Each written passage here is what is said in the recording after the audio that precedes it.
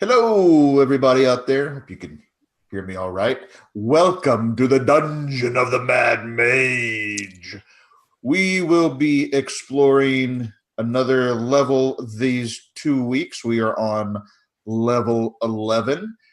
We've got folks, most of whom are new to the channel with us today. So we're going to go around and do some quick introductions of ourselves. Our characters we will introduce when we kick off the actual role play in a moment. So I'm Kyle, Techno Scald. You may see me on Twitch chat occasionally or Twitter or whatever. I use he, him pronouns, and I'll be the dungeon master for this level. Why don't we go with Sam? I am Sam. I go by she, her pronouns, and you can find me on Twitter and Twitch at samwise_gamegee. All right. And Jen? My name's Jen. I'm randomly generated, or a variation thereof, across the internet. I'm a Twitch affiliate. I stream 5 days a week. I use she, her pronouns, and I'm excited to be here. All right. Will? Hi, I'm Will. He, him, and I'm not. I don't really do anything. So That's fine. It's all good. And finally, Plum. I'm Plum Loco, DM Plum on Twitch, but all I do is retweet the same stuff you guys do, so there's nothing original there. I use he, him pronouns as well. All right. So we're going to get started. We're going to run for about 3 hours. We'll take a break about halfway through, and then we'll finish it up at the same time next week. By way of introduction, there are rumors all in Skullport, the wretched hive of scum and villainy that sits towards the upper levels of Undermountain. There are rumors in Skullport of a monstrous creature deep in the drow-controlled portions of Undermountain. And this monster is said to guard a treasure hoard of immense value. But nobody really knows who or what that guardian is. Hopefully that wasn't too loud. Knocked over stuff here. Some say it's a foul aberration from the far realms. Some say it's a slumbering dragon. 4 adventurers, who we'll introduce in just a moment, have chosen to band together in search of these riches. So now, today and next week, we're going to see what they find in the Warrens and what they're willing to sacrifice or do for that treasure. So let's go. Let's start with Plum this time. Why don't you introduce your character? So Varix is half elf, drow on one side, human on the other, and is a devotee of Suni, the fire-haired goddess of love in the Forgotten Realms. He's also spent some time as a rascal and as a bit of a rogue and a rapscallion, and has decided that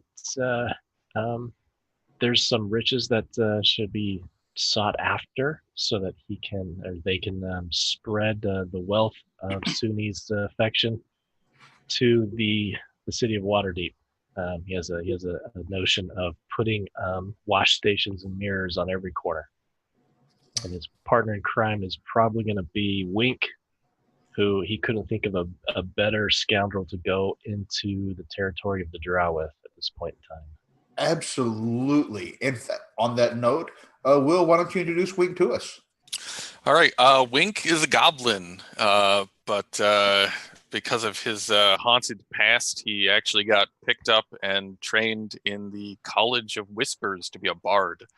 So he is a bit of a peculiar little guy.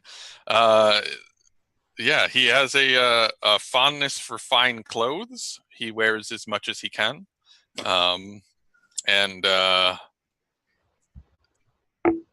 Yeah,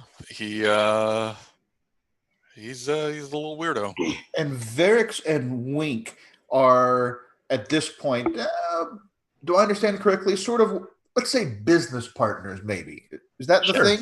Sure. Business associate. We share fashion aficionado. We love to talk about shoes and capes. I'm fond of capes.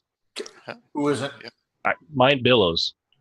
Yeah, Oh. Wink wears 2 capes, so That's right. You layer. That's right. yeah. And In as case part I of need to take one off and cover a mud puddle, I've still got a cape on. So Sure. This is great. Oh, a goblin with 2 capes. And I love gobos. And apparently they've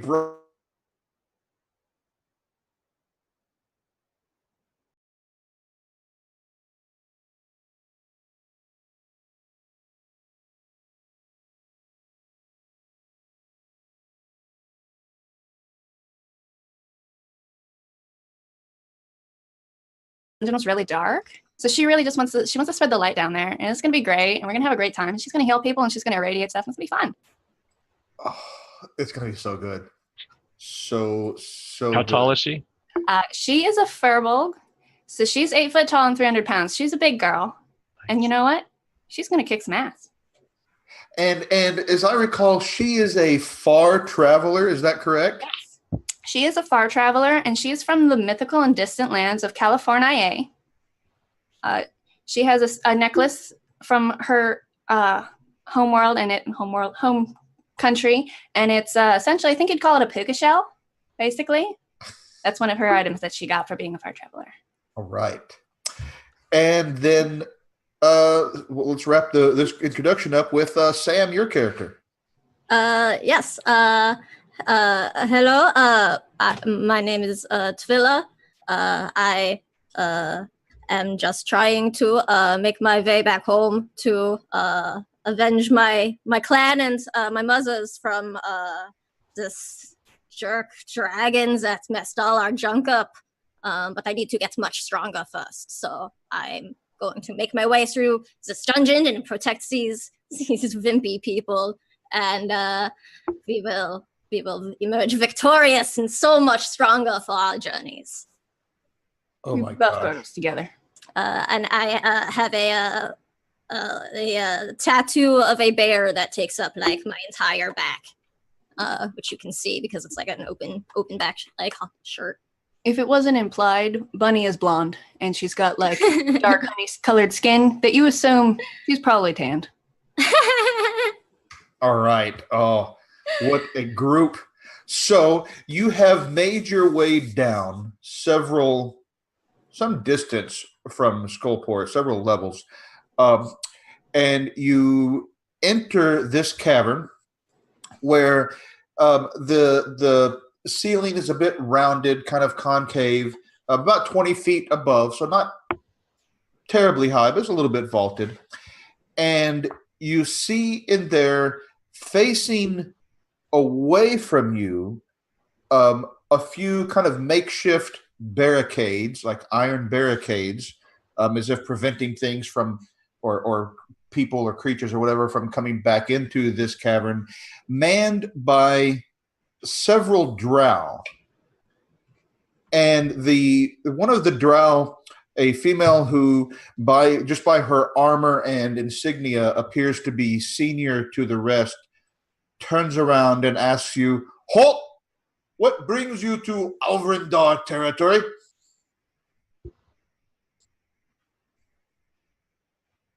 I've just been hired, so I'm just sort of like, I don't know.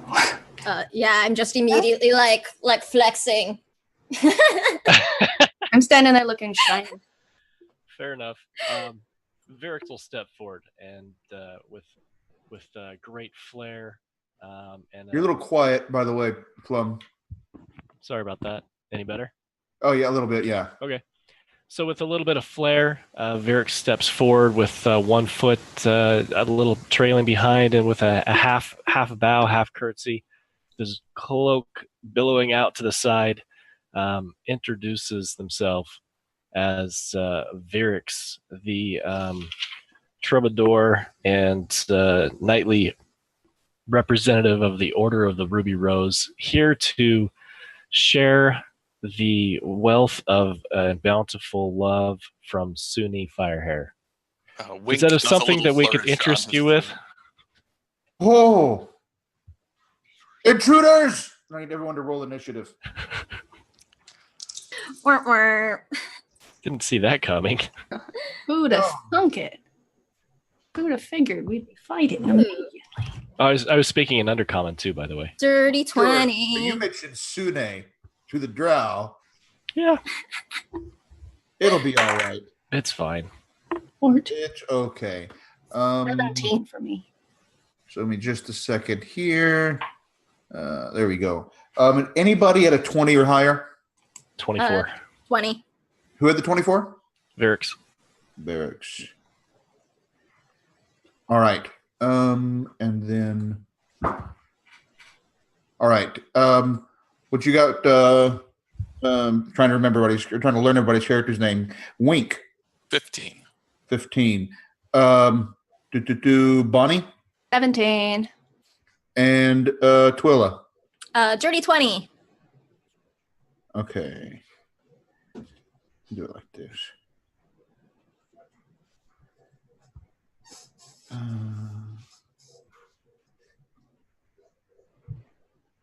Let's see. And so Wink, you said 15, and is that right?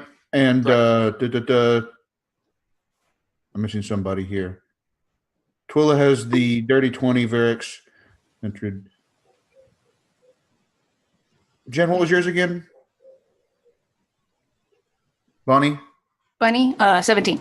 17. Okay, there we go. That's what I was missing. Okay. And then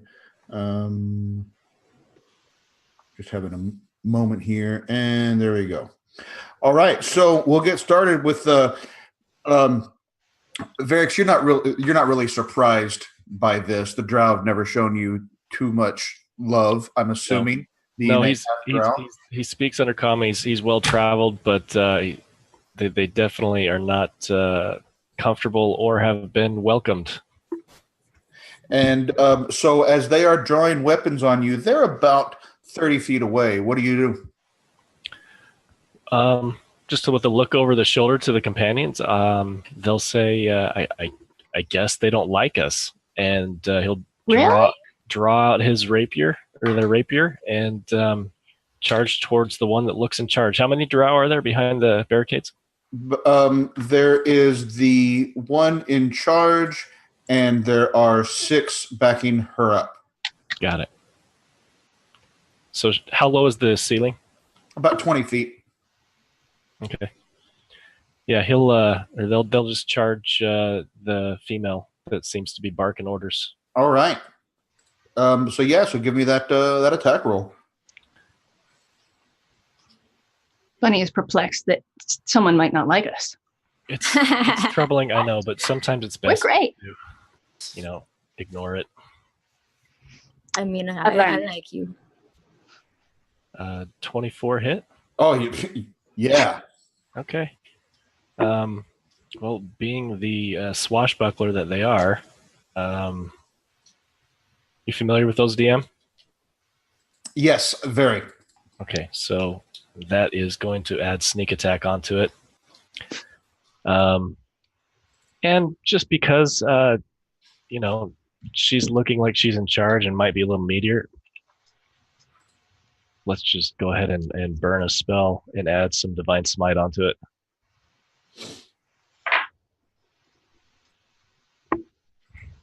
Mm-hmm.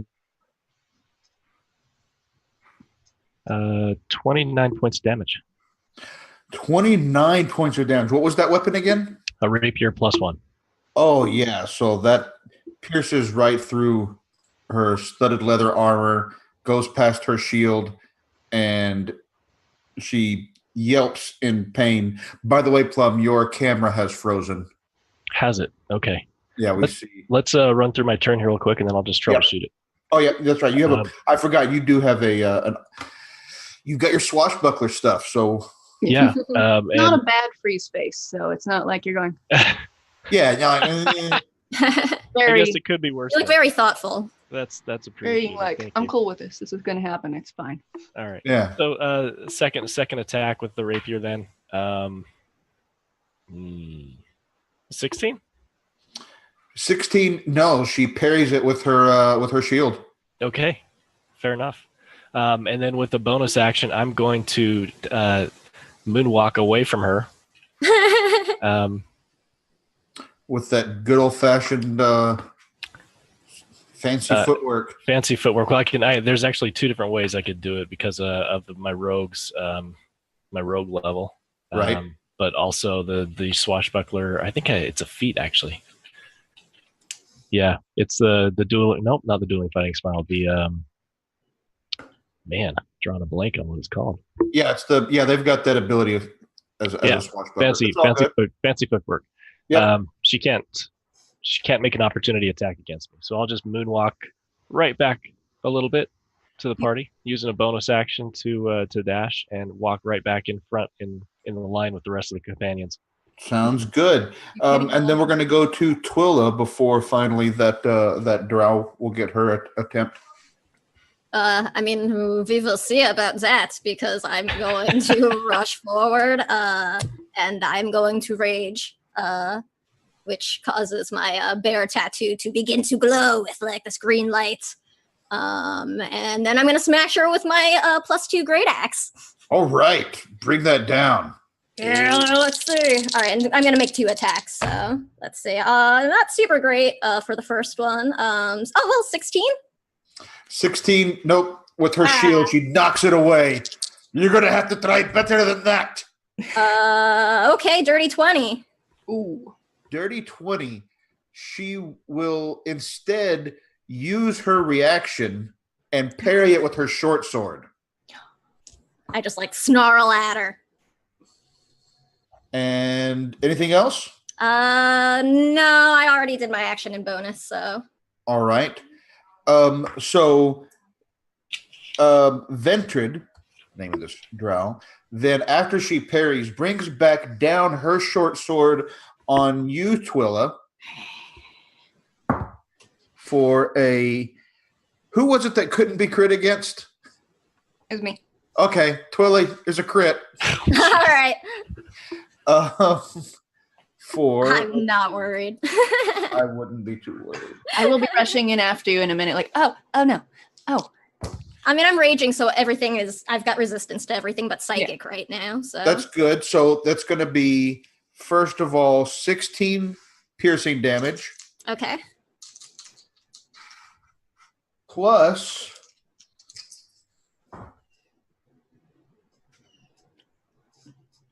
24 poison damage. Okay. Plus 24, but that's all going to be halved. So 20 total.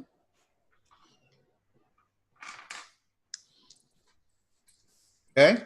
And then she's going to make a second attack and miss on the backswing. And it is now going to be Bonnie's turn, followed by Wink. Okay. Still getting used to D&D Beyond. What do I add to my roll for attacking? Is it my depending? I guess I have to decide what I'm gonna do. Let's see. Oh, your spell attack? Are you doing a spell attack? Or are you doing a melee attack?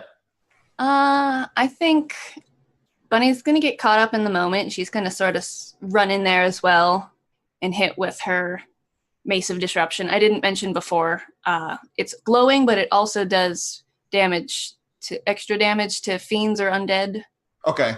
Damage, I don't know. If that comes up, yeah, we'll let them know. So right there in your actions, next to Mace of Disruption, it has the range and it has the hit, and it says +7.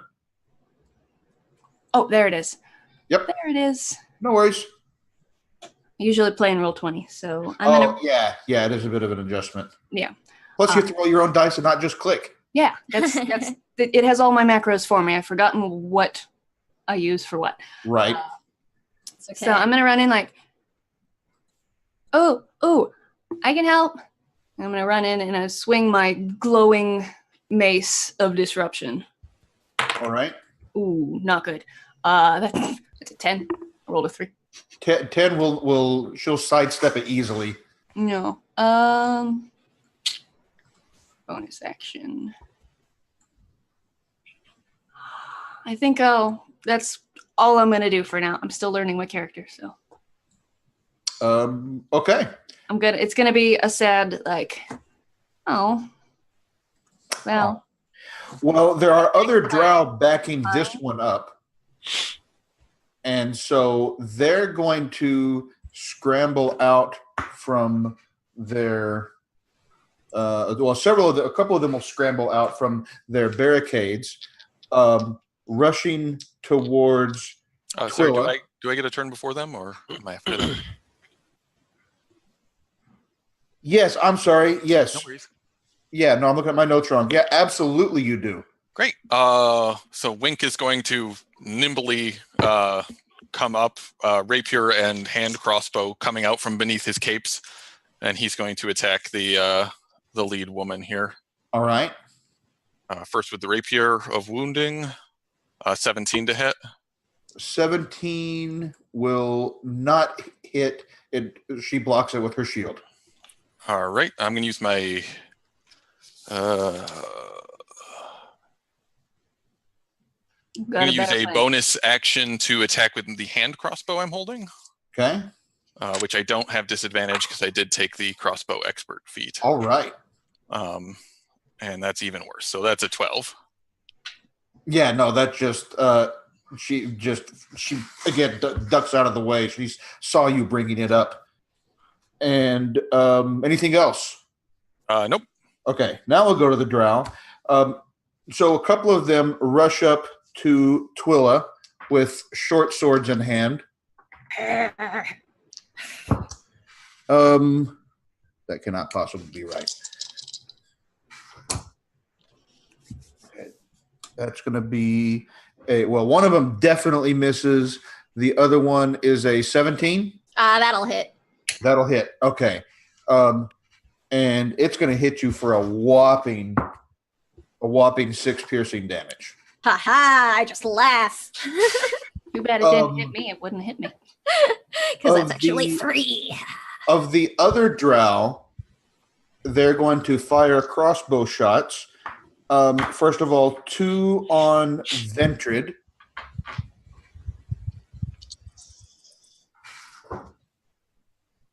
That is cocked. And those 2 on Ventrid miss. And then 2 on Wink. One definitely misses. The other one is a 22. Yeah, it just barely hits me. Just barely? Right. Yeah. It's going to do 4 piercing damage, and I would like you to make a con save against poison. How's a 3? 3 is good, right? 3 is not going to save. Am I asleep now? You are poisoned and asleep until you take damage or somebody takes an action to wake you up. That drow poison life.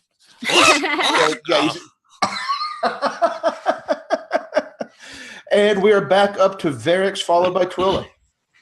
Okay, so part of being a swashbuckler is that rakish audacity. Are there any foes who are nowhere within 5 feet of anybody else, or is anybody scattered or off of formation? No, there's 2 each behind 2 barricades, and then the we'll say squad leader with 2 backup in the middle, wherever in the melee bunch. In that case, I'll just move up to the line and into someone who's probably going to be threatened, so that I can use that sneak attack. Would that be the female? Would she qualify under such conditions? She's gonna 2 of us are on her. There's like sort of the melee bunch with the squad leader in the middle. Okay. And as well as her 2 backup. I think I'll just move up to her so long as I can get sneak attack on her then. Yeah, you have allies within that are right there, so absolutely. That's a miss. Not even a 16. The second attack, that'll be an 18 though. The 18 will hit. Ooh, neat.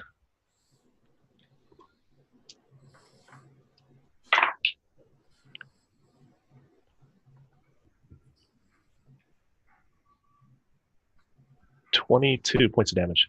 22 points of damage. Yeah, she takes all of that. At this point, she's looking like she's had a better day, but this is not her best day.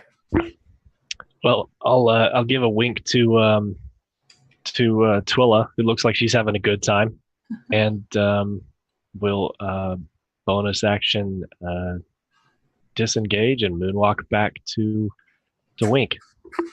All right. All right, and then Twilla will go next. I am going to smash the drow in front of me again.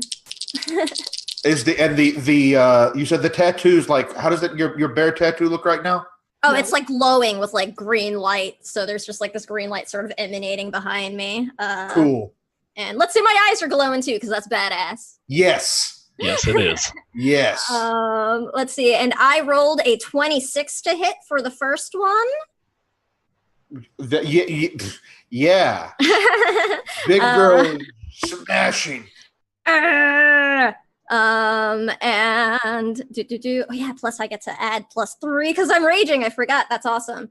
So that's gonna be 16 slashing damage for the first attack. Yep. And if she's still up, I'll hit her again. She's wobbling on her feet. For long, I hope. Maybe for a little longer. 14. 14. Yeah, she's wobbling, but with that extra wobble, your point goes just past her. But let's see. And with that, she's snarls and jabs back at you with her short sword for a miss, a terrible miss. In fact, she stabs and she kind of loses her footing and goes face down in the dirt. Haha, I laugh at her. And it is Bonnie's turn now. All right, so Bunny is going to be a little pissed off, like she's missed. She's feeling a little like, and now this person isn't even paying attention to me. You know what? And I cast Sacred Flame. Sacred Flame, okay. Light her with radiant fire damage. So right. The Dex 17 save. Dex 17 save. Let's see. That's going to be what's there. Here.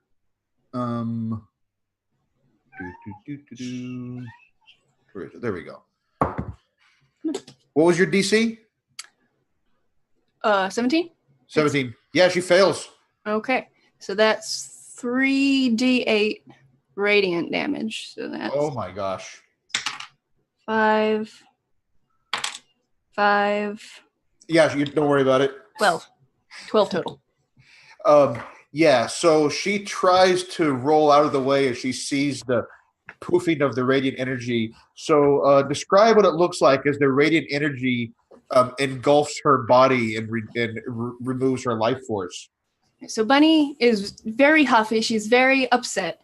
And she's just like casts the sacred flame out of her hands. And the drow is just engulfed in light. It's like coming out and she's just feels radiance through her whole body. And then after she dies, Bunny's like, yeah, that's the motherfucking power of light.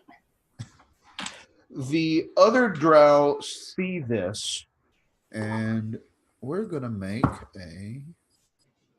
He's helping me. And they stand their ground. So, Bonnie, do you have anything else on your turn?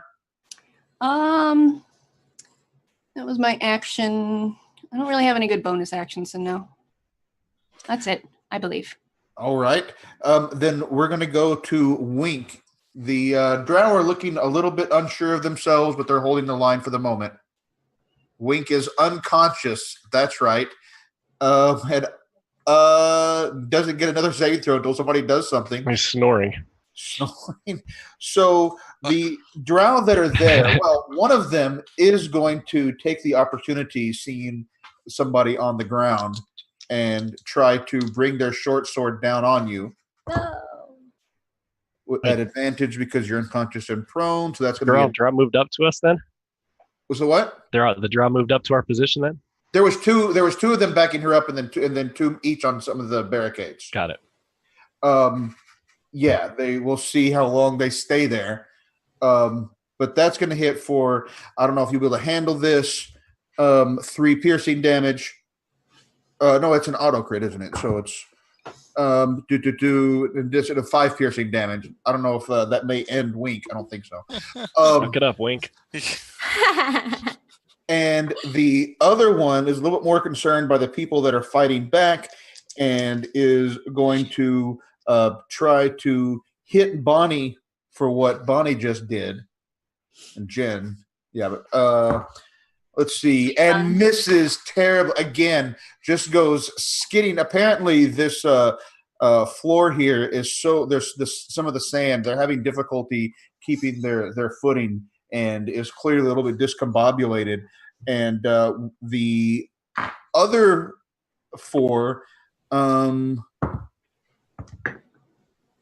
that are behind the barricade is some distance away, maybe another 30 feet away, see what's happening, and they run off into the inky blackness.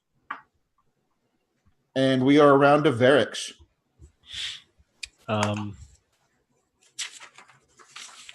Well, I guess he'll pick up Wink. Wink's awake now. I got damaged. Yeah, but you haven't sat up yet, so you don't have to worry about standing up on your own turn. I'll just pick him up, get him on his feet, dust off his 2 capes. Say, look, man, it's too early to take a nap. There's time for that later.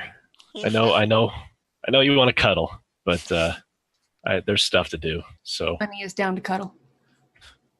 there'll be time for that later. Cuddle puddle, we'll take care of it. But for now, there's bad guys who don't like us. I don't know why. Anyway. And in fact, 2 of them are right there. So you doing anything else, Varix? Yeah, I think I should probably stab one. I think that's fair. I think that's probably appropriate, as distasteful as it is. No. Nope. No. All right. Okay. Anything else on your turn? Well, would you consider picking up Wink my bonus action? Yeah, I think that's a bonus action. Okay. Then him up a little bit. In that case, I'll just take my second attack with the rapier on the drow who's sitting there. Does a 17 hit? It does. It goes probably, right through their chain shirt. Probably just. Opening the armor. Are they threatened at all? Yeah, everybody's there. Yeah, yes, absolutely. You get sneak attack if that's what you're looking for. Yeah. Well, I get 2 sneak attack conditions. One if they're threatened, obviously, the normal one, and then the other one is if there's no one else around because he's a swashbuckler. Oh yeah, no, they're right there with Bonnie and Wink and Twilla. Okay. I like those rolls. Or as chat has called it, it's not the melee bunch, now it's the cuddle puddle. That's fine. That's You're fine. a cuddle puddle. Let's Those crossbow bolts are just so soothing. I just fall asleep. 24 points of damage. Oh yeah, so it goes right through this drow's chest and out the other side, and he looks down, and you see just the life just fade from his eyes. I don't let him fall to the ground, though. I catch him and gently lower him with, almost an apologetic look on my face. Oh, my gosh. You have bad parents. It's not your fault. As the light goes out of the drow's eyes, Wink makes a strange motion, and the shadow of the drow sinks into his shadow, and he's now casting the shadow of the drow. I'm going to use Mantle of Whispers from the College of Whispers. Nice. Now disguise myself as that drow for an hour. Nice. So you look like that drow. I can. I've stolen his shadow, and I can then use it as a disguise. Oh my god, that's not creepy at all. Very cool. All right, then we're going to go to Twilla, who Twilla, you've got 1 drow left in front of you. What do you do? I hit it. All right. Ooh, okay. It's gonna be a 25. Oh my god, yes. And then and 17 slashing damage. Yeah. How does this drow die? Oh, I just cleave him in half. Fwah. This is what happens when level 11s are fighting CR 1/4 monsters. Yeah, what you took out the main guy. All right. Yeah, no. At this point, you now have You can hear the rapidly receding footsteps of the drow crossbowman off in the distance. I'm like, you better run. And you've now got 3 dead drow around you here in this kind of, barricade area. Just so you know, the squad leader was wearing an obsidian scarab engraved with the insignia of a drow house. Varix, would Varix know about drow houses? Yes, like I said, they've traveled through the Underdark just as much as they have on the surface. Okay. Then you know that this is the insignia of House Alvrindar. And more importantly, about them? What's that? Anything unique about them other than just normal traditional drow house chicanery? For the moment, normal drow house, nothing particularly unusual. It's not like House Bay and Ray or any of those. But you all see this spider-shaped crystal ring set with a black pearl on this squad leader, and it glints in the light from Bunny's mace. It looks pretty nice. Real me is intrigued because I love spiders, but Bunny is probably not super into spiders. Lila has no use for such frivolities. I'll take it off her finger then. Oh yeah, it looks very pricey.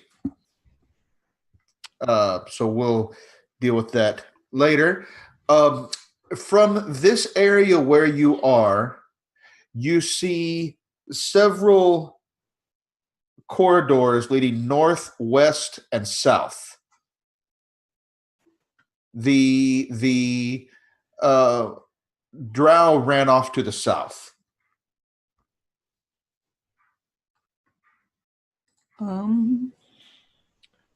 What? The treasury is guarded by the drow. Isn't that the rumors we received?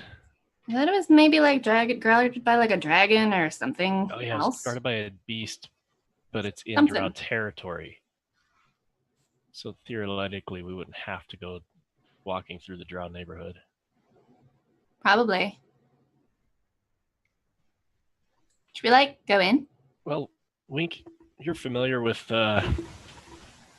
tunnels just as much as myself. What do you think? Well, I would normally suggest that we sneak by, but some of us glow. This is true. And some of us are giant. Honestly, though, I think we all glow on the inside. I agree. I do not. From within. You do too. You're an amazing person. It's more of a fungal phosphorescence. Still a light, my friend. Yeah, I think it's an inward manifestation of who you truly are. Don't sell yourself short, buddy. That's racist. You are short. I'm 8 foot tall, and I glow. It hurts. It hurts my eyes.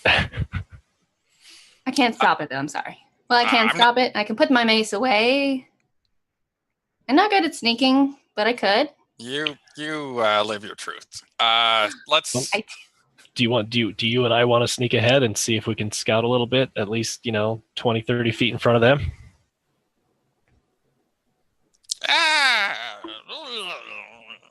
I don't know anything about the dark, so we're here for mighty treasure. Let's fly in. I'm here to spread light. Okay, light and swords blazing. Very well. Okay. So be it then. Bunny is definitely not here for money. She's here. And you said you were going to the south the way the drow went? Yes. Yeah. Okay. As you're going down these tunnels, in that there are cracked bones and skulls of small creatures just littering these tunnels. And there's this terrible stench in the area. I mean, it's bad. It's terrible. It just smells of decay and mixed with body odor, mixed with hot trash, just everything. Tuesday night at the tavern. And as you come around the last bend, you see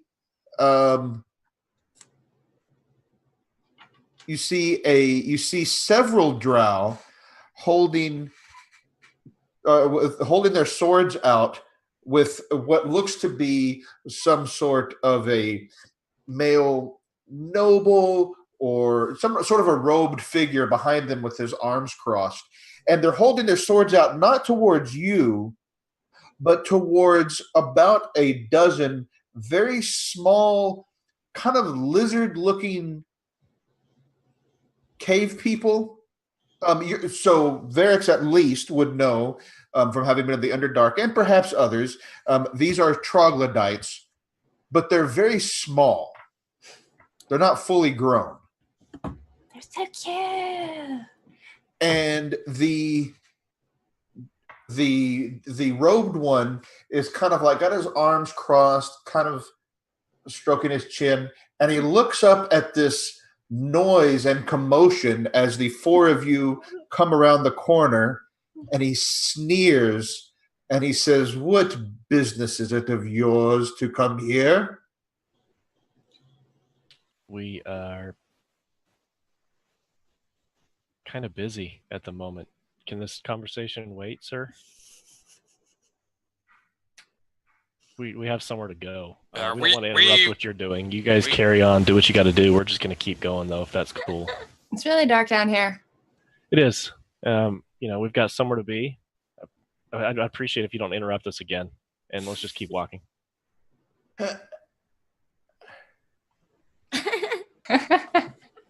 He looks extremely confused. You are coming into my work camp. Going through. Through. Not into so much, per se. It's through. Through. Wait, you're good not... Point. Yeah, that's a good point.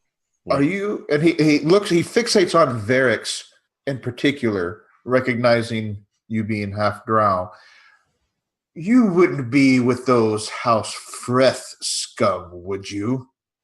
He's kind of looking around to see if he can see any insignia of any drow house on you. No. I'm unaffiliated at the moment. Why are you hiring? Indeed. Perhaps we could be. We have some difficulties in this area that perhaps you may assist us with.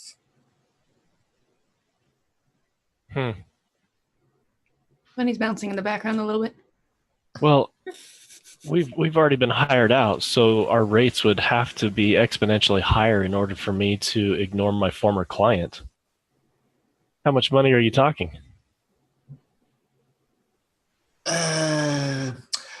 Well, consider it this way. Should you be amenable to the offer, you will still be alive to complete whatever other job that you have here.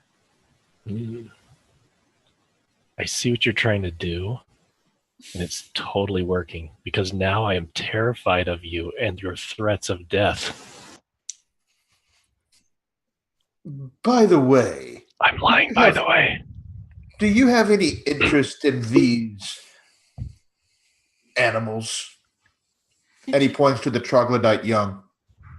I'm sorry, what did you just say? Animals? That's so insensitive. So what, just because they're smaller than you and are green, they're not people? He's got a point. They're adorable. It's not because they're smaller. When they grow, they're much larger. Yeah, they are. They're like my size.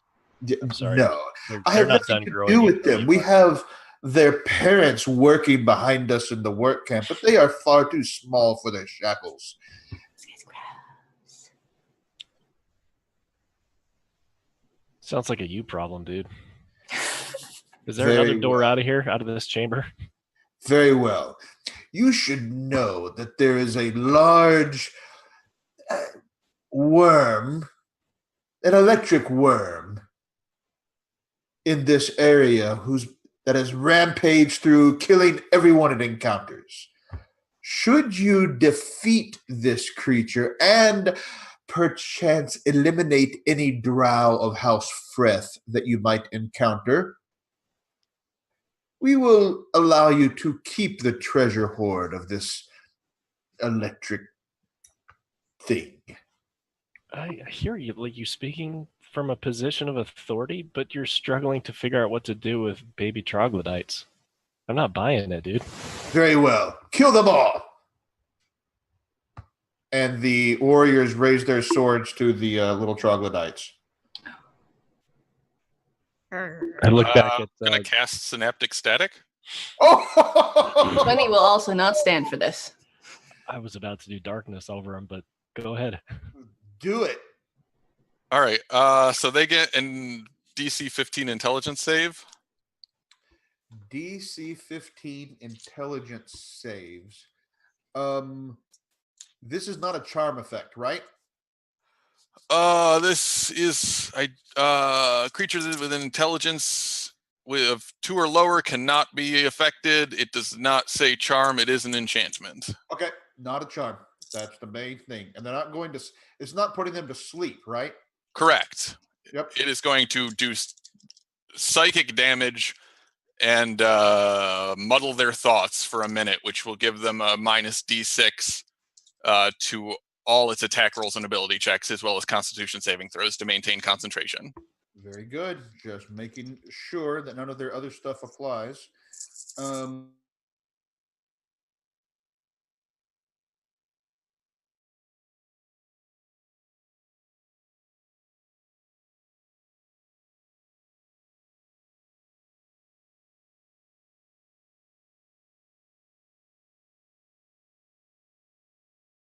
Psychic damage, or half that on a save. Okay. So you see all of them kind of like holding their heads like this. You can choose the targets on it, right? It's a 20-foot sphere, but I assume I've got 120-foot range, so I could just put it on. Yeah, y'all are coming up. You're not all mixed up, so yeah, that's good. Yeah, so you see this. The five kind of just soldiers suddenly they drop their swords. They're holding their head in pain, and the leader that you're speaking with, he kind of holds his head. I can't remember. It doesn't. I need to pull this up in front of me. Let's see. All right. Does anybody else do anything as he casts this? I will rage now. Okay. I just do it. All right. Well, then let's roll initiative. She's deactivating her calm. I never had calm. She's always angry. I'm always angry. Right.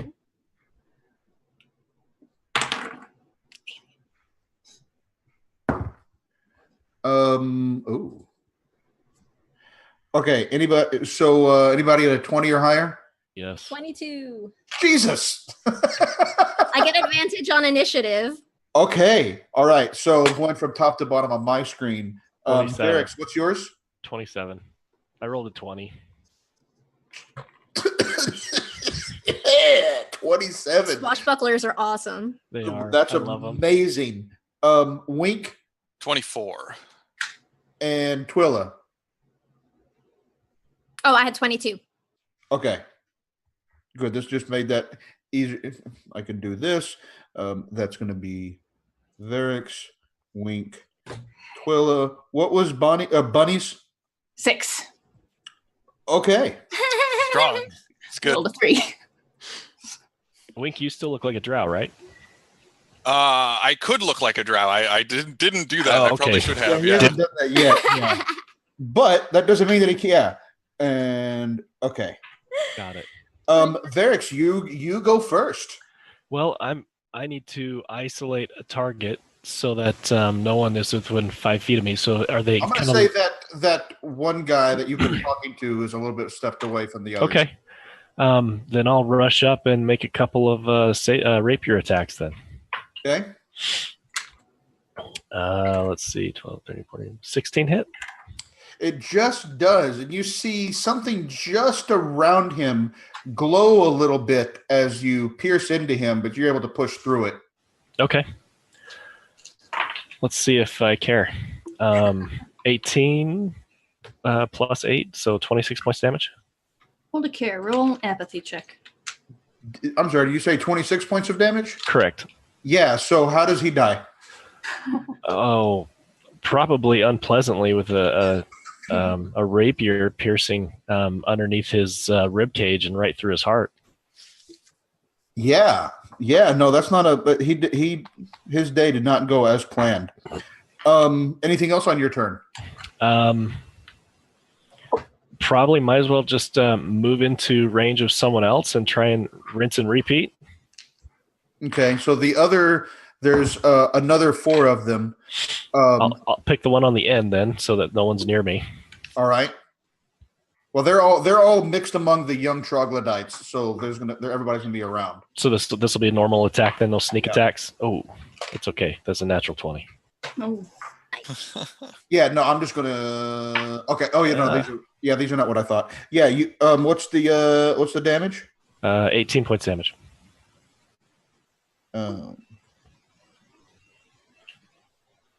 Yep, he's not having a good day. Anything else? I think they'll stay there. All right. How close was I within 30 feet of that guy who just died? Yes. He seems more important than a random drow. I'm going to abandon my old shadow and take his shadow instead. Okay. He does seem more important than a random drow. Good plan. And Wink, what do you do? Or is that an action? No, that's a reaction. Okay. Great. Wink is gonna goblin. Yeah, let's do it. Who's going right after me? Twilla is. Twilla, I'm gonna give you a bardic inspiration. So you get a D10 that you can add to one ability check, attack roll, or saving throw in the next 10 minutes. And then I'm going to use my regular. I forgot you were a bard. Yeah. You know what? Actually, yeah, let's do this. I'm going to play my Pipes of the Sewer to summon a swarm of rats. That's awesome. And so from all of I mentioned earlier these bones and skulls of small creatures. Suddenly crawling out from all of them is just this flood of little rats, making the smell even worse than it was. So I'm going to do an opposed my charisma versus their wisdom to command them. Okay. 13. You said swarm of rats? Yep. Actually, I'm at disadvantage because I'm still poisoned. I look back to Buddy and Twilla and kind of smile and say, "This is adorable when he does this. I love it." What mod do they use? They get their wisdom. Okay, so they just have a 9. So, all right, great. I'm just gonna point at the drow and just be like, "Eat those bad men." All right, as you see, so I said earlier that they had dropped their swords and they were holding their heads, and now they're screaming as the rats are ignoring the troglodytes and just crawling up the armor of these guys. And there's rats hanging from them. They're kind of they're shrieking like they themselves are the young ones. Twilla, what do you do? I'm gonna run up to whichever one is closest to me and hit it. All right. You get. Yes. I'm gonna say. Remember, they've got rats hanging off of them.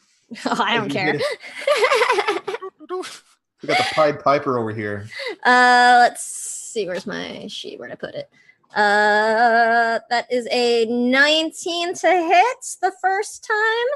Yes. Yeah, it's gonna be 13 damage. Okay. And then second attack, I'll do it again. Ooh, I'm gonna use my inspiration to add to that one. 12. That didn't help as much. I was hoping it would. Yep, 12 will not hit it. Anything else? That's all I can do right now. All right. So between seeing their leader cut down in one fell stroke, between the static bursts in their head, and now being swarmed by rats, yeah, they turn tail and run as well. Does anybody give any chase? Do I get an opportunity attack? You absolutely do. Yeah. Wait, wrong one. What about the one next to me? 21. Yeah, he wants to run away too. Yeah, you could definitely make op attacks if you want. Anywhere close? I don't think I was in there yet, was I? Oh, we were talking. No, not yet. Opportunity attack was 21 to hit. Yeah. And 14 damage. Okay, he's not dead, but he is clearly severely injured as he's limping away. How about you, Varix? They rolled a dirty 20, and that was 14 points damage as well. Yeah, and this one is even. He's clutching his arm and limping as they scamper away into the darkness. And just so you know, they are headed. You see them heading kind of west-ish. I'll tell you about the other exits in a moment. But you see them kind of heading west-ish. And now that this has cleared, the young ones around you are terrified, and they scamper off to the They're all chained up, right? troglodytes. Weren't they all chained up and stuff? No, that was what he was saying, was that the shackles don't fit them. Yeah. By the way, on the one that died, the one that was talking, you see that strapped to his belt was a thick tome. Nerd alert. Book. Right.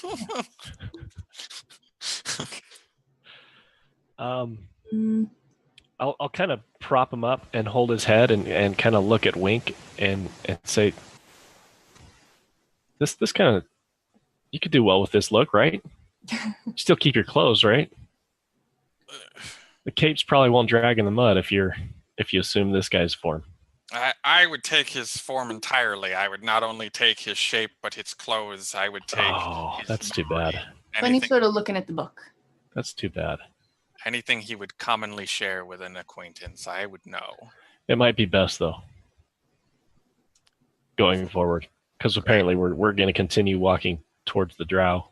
There is a momentary flickering, and where Wink was once standing now is that robed human. Oh, see, this part always. What was that part about you would know things? Yes.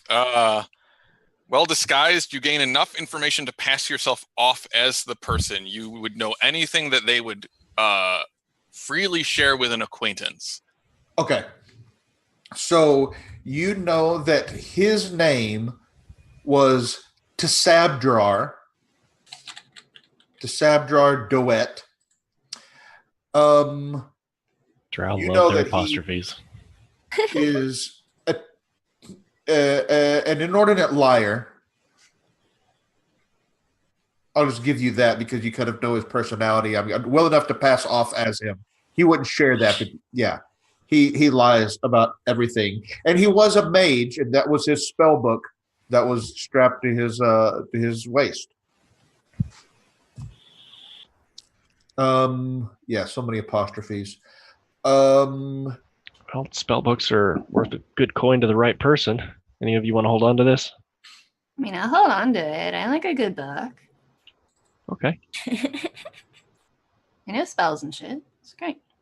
And as you glance around this cavern now, you see that there are, in addition to those young ones, there are close to 24 adult troglodytes. And the stench is almost overpowering. The adults themselves are shackled. And they look at you kind of clutching their young and kind of turning away fearfully. What do you do? Did he have a key on him or something? Yes, he does. Mightn't that be the key to their shackles? What do we want to do? Let's give it a shot. Let's slide it over to them. I don't particularly find myself wanting to get any closer to I'll them. go over there. Every creature deserves a little bit of affection and attention. So I'll take the key and head over and look for a place I can unlock it, and if the key fits, I'll great. be like right behind Varix like a bodyguard. How's Okay. everyone doing health-wise, and how long does that poison last? An hour. I don't feel great. You know what? Because I am a healer. I'm fine. I knew there was a reason we hired you. That was the reason we hired her. So That was exactly the reason. I'll do a lesser restoration to get rid of your poison, so that you don't have neggies anymore. Those negatives. Like, how's everybody? Everyone's feeling? Does anyone need like a protein shake? I'm feeling good. Thanks for asking, though. Okay, just want to make sure. The glow on you is looking particularly amazing in this cavern right now for some reason. I don't know if it's just reflecting off the fungus or whatever, but it looks great. Yes, It's making your eyes really pop. Yes. Thank you so much. I appreciate that. Of course. So the troglodytes are a little bit nervous as you're coming up. Does anyone speak troglodyte? What is that, Draconic? No, that's troglodyte. Oh, wow. Varric speaks Undercommon, and they'll address them using that language. Might be the only thing we have in common. And if that doesn't work, then... Look at you confusing. So as you're coming up, can you give me a performance check? Sure. Trying to show off as you're kind of making gestures and so forth. And if that doesn't this rudimentary communication. Sure. that doesn't work, we do have a bard. I was 13. They see you coming up and they shy away even more, and they are afraid. They you can see the fear in their eyes, and they're chattering to each other, and you can't make out exactly what they're saying. I look back at Bunny and say it's because of my skin. I know it is. It's okay though. I don't fault them for it. Do you want to give it a shot? And I hold up the key for her. Do I guess? Can I perform? Where is If only you had someone here who could perform well. Yeah, he hasn't offered to come forward. So. Well, I look like the man who imprisoned them. I mean, at the That's a moment. fair point. That's a good point. That's So I guess kind of why we were just kind of like, well, I guess this might work or not. I still suggest we slide them the key and leave them to their own devices. Well, can I like Yeah, give it a shot, Bunny. and Yeah. do them, but like in a way that says, "Here, we would like to help you." Yeah, if you kind of if you I'll just come kind near of are you going up to them, or you just kind of tossing them the key? I'm gonna walk a little bit. I'm gonna show them the key. And then toss it. Like show them that this is. Okay. What does troglodyte? Do they have the ability to maybe unlock themselves? Yeah, no, they've got some amount of they have opposable Manual thumbs. and dexterity of stuff. some sort. Can you give me a performance check at advantage? I will do my damnedest. Not that one. 9. 9. They look confused, and after a moment of kind of the adults talking to each other and one of them kind of baring his teeth at you, one of the little ones kind of sighs, walks over and picks it up and unlocks his mom. And then you hear them all at once going, "Oh!" And I'm just standing there, radiating like, "You're welcome." Quilla's standing there flexing. One of them kind of points at you, Bunny, and is making a like, "Come here," and she's kind of pointing off to an area over to the side. I follow. You follow, and takes you to this. You're in a cave, right? So there's these kind of uneven rock walls, and she grabs one of them and moves it, and you can see now that it was a crude secret door. And in this cave back there, you see all these natural shelves lined with troglodyte skulls, like in some kind of place of honor. And then piled on the floor in plain view, you see a stack of gold pieces, 3 amethyst orbs, and a silvered longsword. And several of them walk over now and pick up their treasures and hold them out to you. Oh, that's For me? Really? I mean, don't you need them? I don't know how to communicate this to you. probably not a store around for them to spend it. What was that? There's probably not a store around for them to spend it.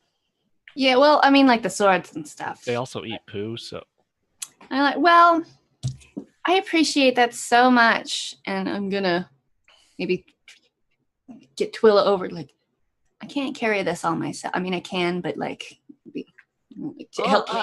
Yeah, I can help, and I'll take anything extra. We are so grateful, and we are so happy that we helped you. Not even because of the treasure. We're just happy that we helped you. Trying to spread love and light down here. Are they responding well to the light? They're not giving any particular indication either way. They are a little still shying away from you, the half drow. And every time they look over to Wink, you see them kind of shudder and chitter among themselves. But they did they were watching during the fight. So it's not like they saw you come from around the corner. They saw this goblin suddenly poof, like this. They're perplexed. They're just endlessly confused. It's all right. I'm confused a lot too. It's a new world. There's lots of stuff going on here. Exactly. I understand you. But Put this in place. But they, as I said, the stench is almost like it's almost pushing you away. You know, you're just there are, however, there's obviously the tunnel back north from where you came. Mm-hmm. There's a tunnel directly to the northwest, and there's one kind of westish. That's the one that the other drow ran down. What direction was this hidden cavern? This hidden cavern one, just now that they opened up for you, on the south wall. Okay. It was just a little kind of almost like an alcove. Well, I think we came in here trying to shed some light and love to the drow. There'd be no sense in us not following them now. So, you're now free. Again. But, so now we said north, slightly to the west? We'll head west. There's a northwest and a west. Right. So, I guess we will leave the troglodytes to their... I think I'd like to sneak ahead this time. Okay.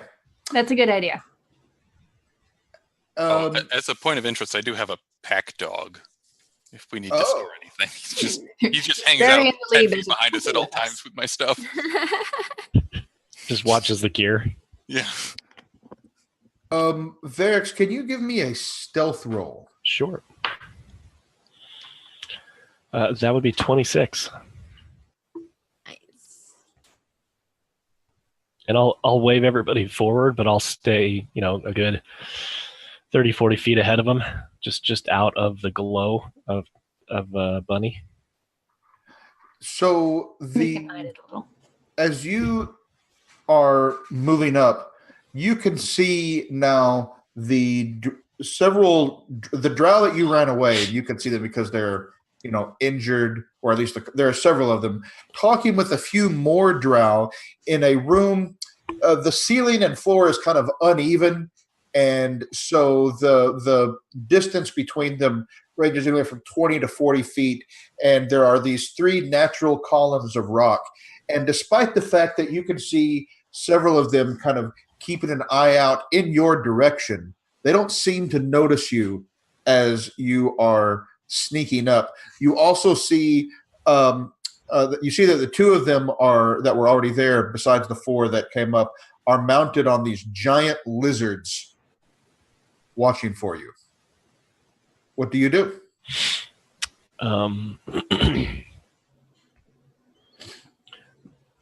Does there at first glance appear to be anybody who looks like they would be in charge?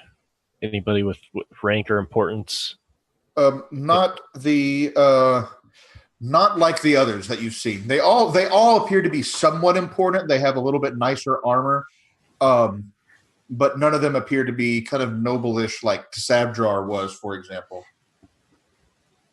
Okay, I'll head back to everybody else then and say, well, no surprise, but they are clearly waiting for us, and they have some large lizard mounts.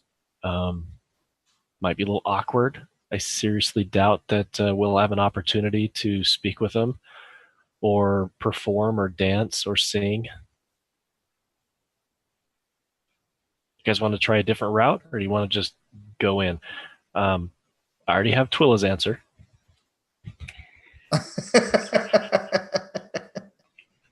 Bunny, Wink, what do you think? Well, I do have this impeccable disguise on at the moment. This is true. You could lead the way, and I could sneak in to the side of you, and should my deception peel fail, peel off to the side. Our comrades could certainly burst in and Yeah, obliterate. there'll be a moment of where it's a little touch and go until they come rushing into the chamber, where it's just going to be you and me. But if the gig is up, I'll strike from the shadows and shout out a warning, and the two of them can come rushing in with the light. What do you two think? I mean, I am okay to do anything, really, as long as we get to go in there. I will do my best to keep you all safe.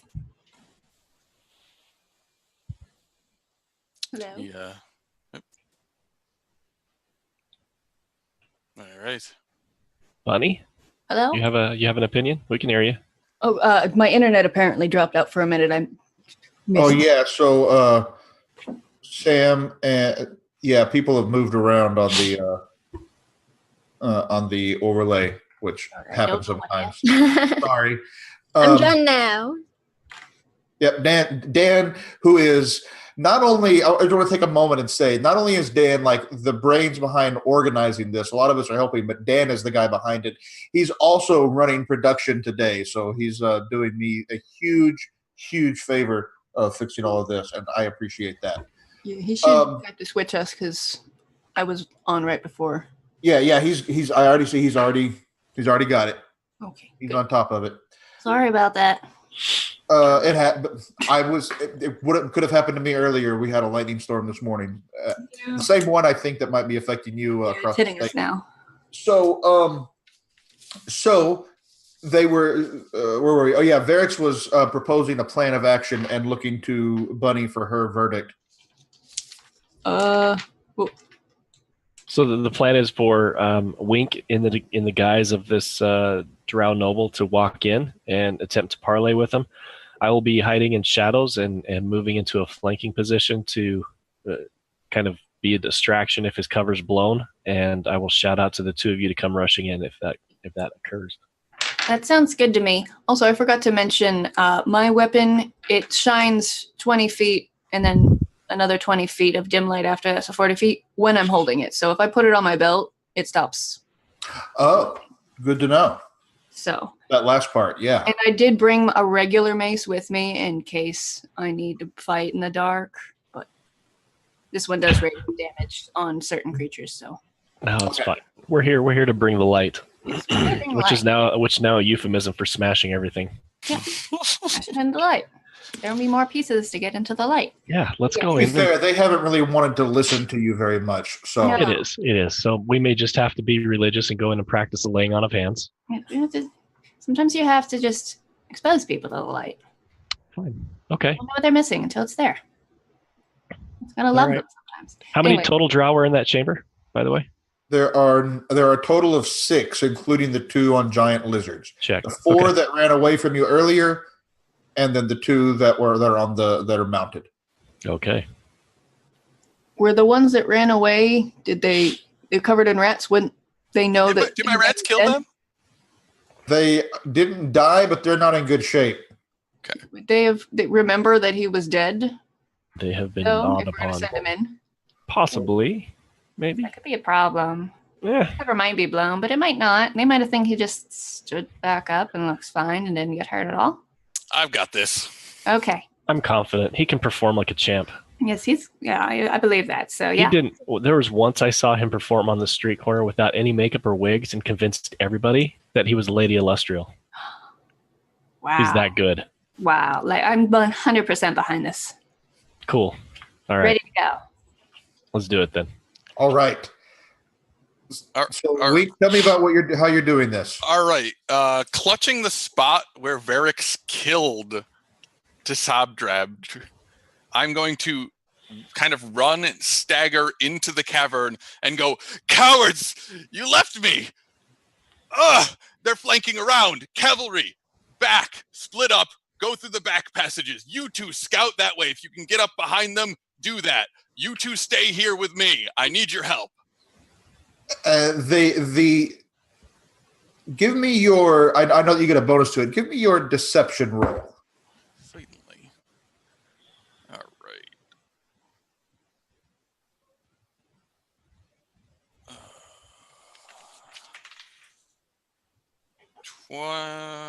26. Yes. Yeah. They look at you and they're suddenly, like on the alert. And a couple of the ones that are more injured. Those are the two I'm going to tell to stay with me. You're gonna the injured ones. You tell them to stay with you. Yeah. Okay. The two on the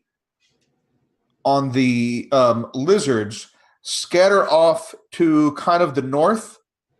And as they do, you see them literally, these lizards kind of go up on the walls, and you see them kind of going sideways down on the up and down tunnels of the walls of the tunnel as they scatter off, trying, as following your orders to flank. The two injured ones kind of come up to you, and they're how did you get out?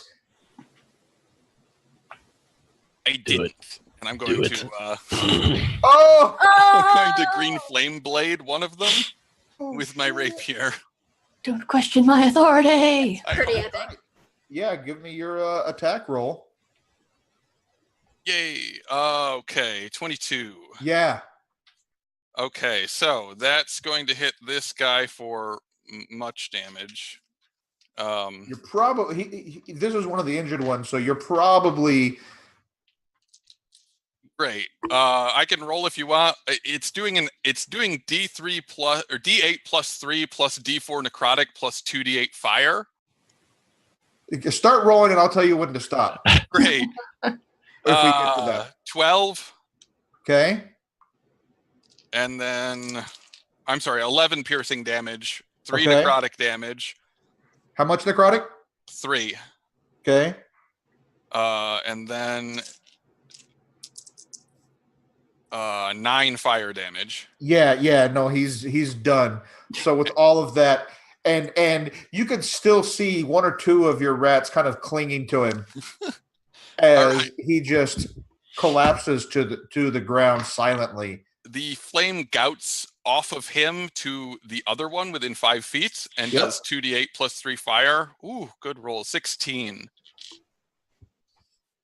Yeah, he is not quite dead, but he is certainly. Yeah, again, he's got green flame enveloped. Green flame, and rats hanging off of him. Several stab wounds. And we're just going to say, we're not going to take all the time. He's not long. It's not going to take him long, and he kind of bleeds out in front of you. The other two that you had scared off ran off in a different direction to the kind of the northwest. Yeah, so my hope was to send the 2 healthy ones off towards my party, so they would run headlong into them, and then cavalry a different direction. Okay. Yeah. So you said the 2 on the lizards, we said they went up to the north. Yep. And then the 2 that you had already hit with the synaptic static, I can't say it, but that thing that you did earlier. Static. Yeah. Okay, so they're going to run off towards Twilla and Bunny, who do what? As you see, these 2 a little bit frazzled, but not terribly injured, drow running towards you, kind of still taking off rats and throwing them on the ground. What do you do? Could we have been like hiding into the shadows so when they go to run at us, we just sort of smack them on the head? Yeah, sure. You were prepared, so absolutely. So take advantage on it for being hidden. So I think we're probably both gonna. Yeah, I just give whichever one like a big smile and smash at it. Okay, give me your first see attack them roll. coming, like ready to smash him. Ah, yeah. And so, do you want to go first or should I? Don't matter. Okay, I shall roll to smash with my Roll mage. to smash. And we get advantage. Yes, you have advantage because you are hidden from them. My orange dice betrayed me, so I've moved to red dice. Red alert. It's, math. 16 plus 7. I assume I hit. Yeah. Okay. And that's 1d6 plus 3 for me, because it's just regular. There's my d6. Oh, no, this d6. Oh, that's a d. Yeah, okay. That's a 3. Okay. I only hit him for 3, but I smashed him. So you kind of smack him in the arm, and he looks up at you in surprise. Meanwhile, Twilla, what are you doing? There's 2, right? There's 2, so right.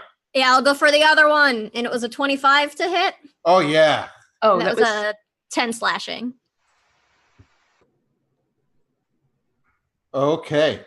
At this point, we are going to roll initiative. Did I say 3 or did I say 6? You said 3. Okay, I rolled a 3. It's plus 3 as well, so it's 6. Okay. Forgot my pluses. No worries. All right, so everybody roll initiative.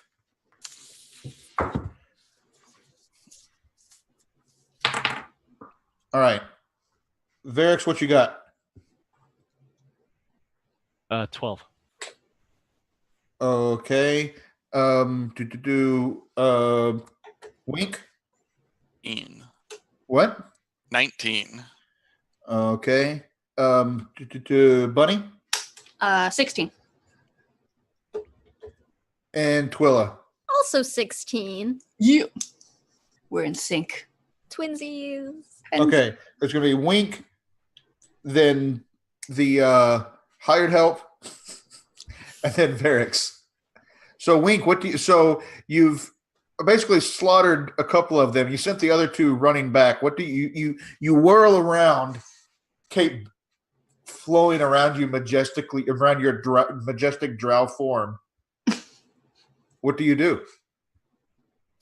I don't have any enemies in line of sight at the moment, do I? They're a little bit of ways away, but the 2 that ran away are right there. Okay. Right there. They ran up to Twilla and Bunny and got smacked upside the head for it. Great. I will. The one that Bunny just hit, I'm gonna throw a Dissonant Whispers spell at him at level 2. So he needs to make a Wisdom saving throw, DC 15. Wisdom saving throw, DC 15. And how long does the synaptic static thing last? I think that's over by now. Okay, all right. I can double check, but no, he succeeds then. Yeah, it landed for it was 1 minute. So. Okay, yeah, for sure, it's been more than a minute. So yeah, he's got an 18 and change. Okay, so he's gonna take 5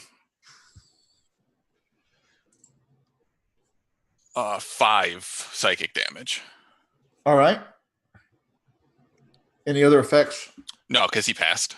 Okay. All right. And then, Bunny, you've got this one right there with you that you gave him a little thwack on his arm. So seeing that he wasn't super hurt by my mace and like, seriously, I'm going to run into something. My radiant damage will. And she's like, fine, holds up her holy symbol and casts Sacred Flame, the old song and dance. Yay. Which is a Sacred Flame is going to be a Dex 17. 20. Ooh, so that misses. Yeah. Yeah, he just Radiance goes just past and like dances out of the way. We'll catch Twilla when Sam gets back. She had to step away real quick. And now it's going to be their turn. So The one that's up there with you, Bunny, is going to swing at you with the short sword for a 16 to hit. Nope.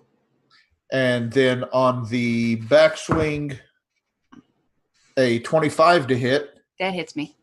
All right. For 7 poison damage plus, 7 piercing damage. Piercing damage. Like, that's yicker. Plus 10 poison damage. Okay. So, ow! And am I now poisoned? And he says, "Surface welder." I made of radiance and light.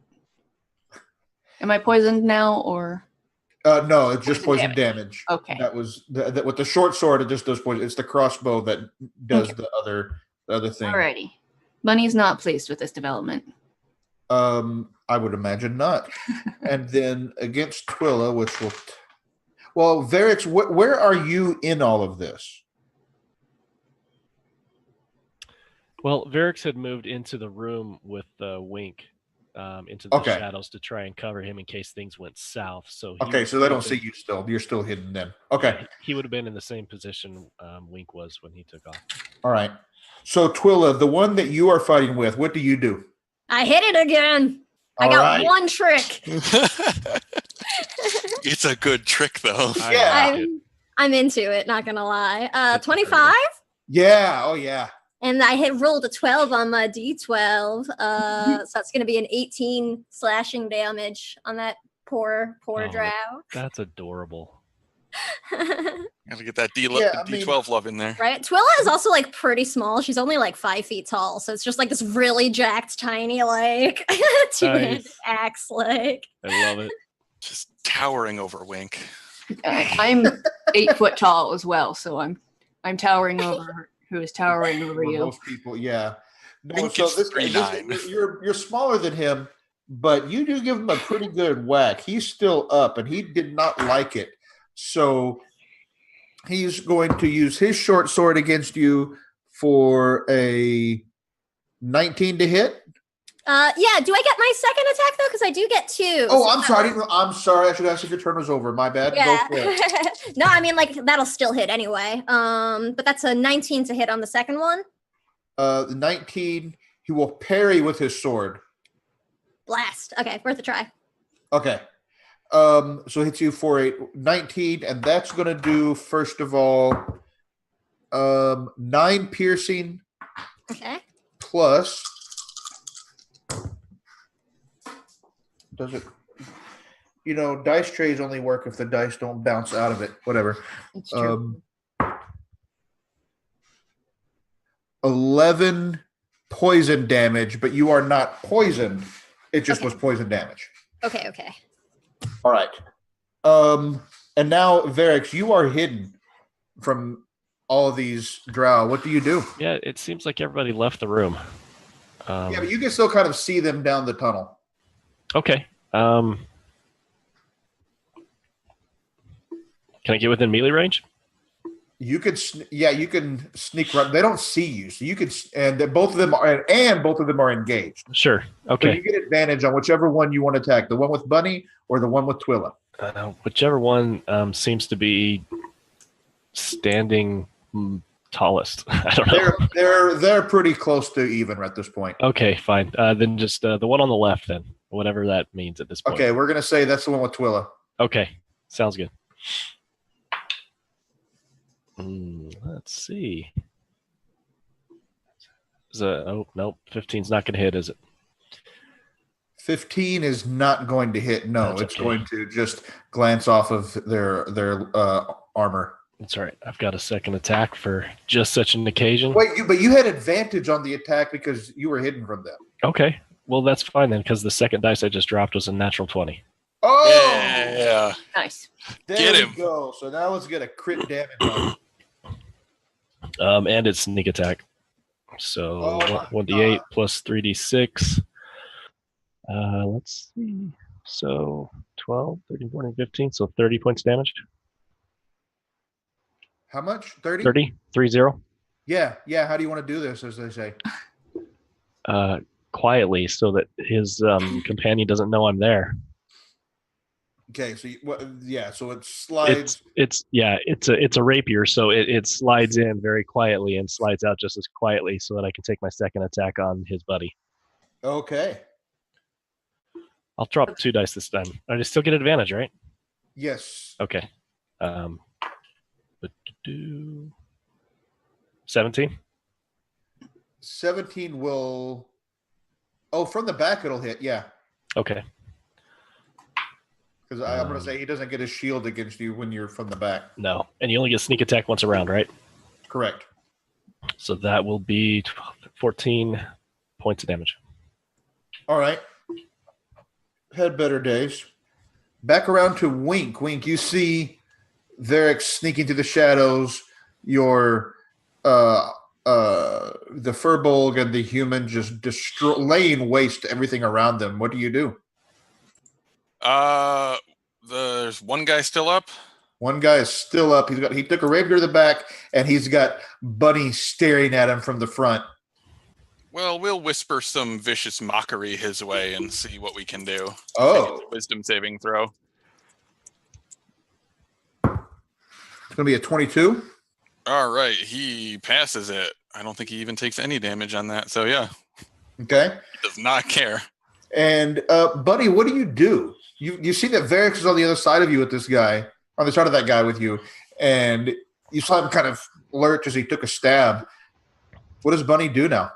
The one guy took a stab. The one in front of me. No, that's the only one that's left.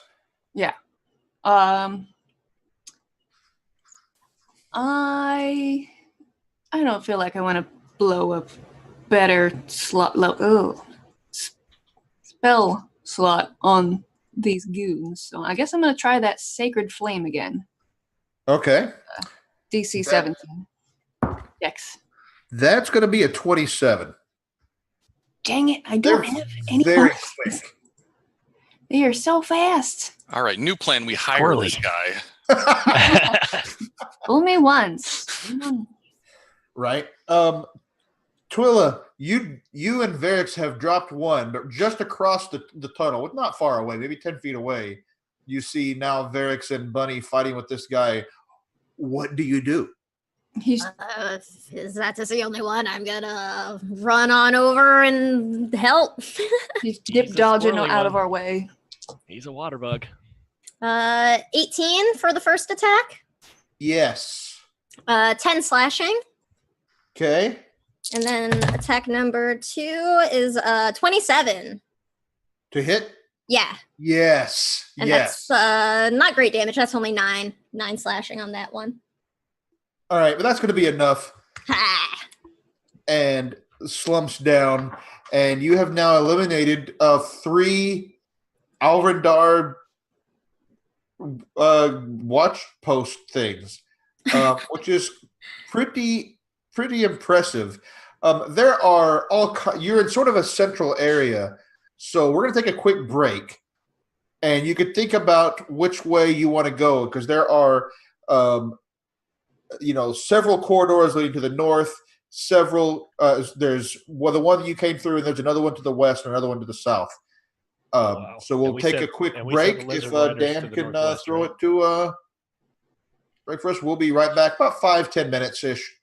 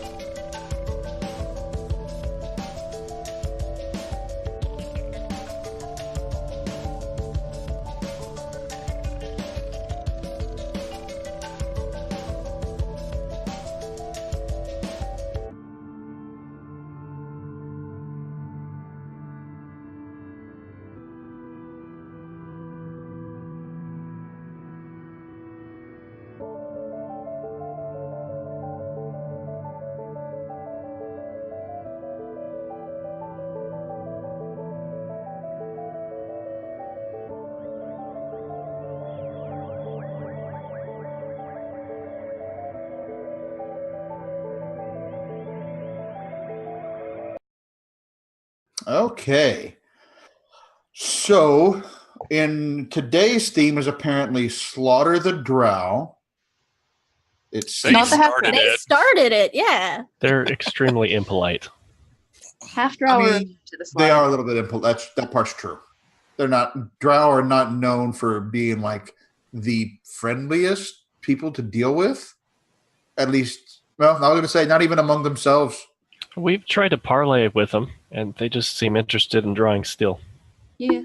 We tried to walk past them, like, mind your business. Okay, one set of them you did attack first. Two sets of them you attacked first. Okay, but to be fair, they were slavers. Oh yeah, I am in no way saying that they're good people. And like, there's a lot of stuff that Wink doesn't care about, but enslaving little green guys, that's a good way to piss him off. It was getting worse. So yes. They were going to murder them all. They were babies. And I just want to say thank you to Emma for dropping by. Thank you to all the other folks, to Knox, and I saw a gift sub go by on Twitch chat, which was just the kindest, nicest thing. And all of these folks are making it a great time. We've got my good friend Val has been in here as well, who I guess is the recipient of that gift sub. So it is fun times. That's the reason to stream, right? Is to have fun hanging out with people. So it's all good. So to reset, you are in sort of a watch post area that has 3 natural columns of rock supporting the roof, which varies from 20 to 40 feet high because of the unevenness of the floor itself. This seems to be a bit of a hub, which is probably why there were drow stationed here. And because of that, you see all kinds of a tunnel leading off to the north, which is where the 2 drow on the giant lizards had left to, because they were informed by Tsabdrar, which was Wink in disguise, to try to come around and flank. But so you may have to watch out for them later because they were taking the orders.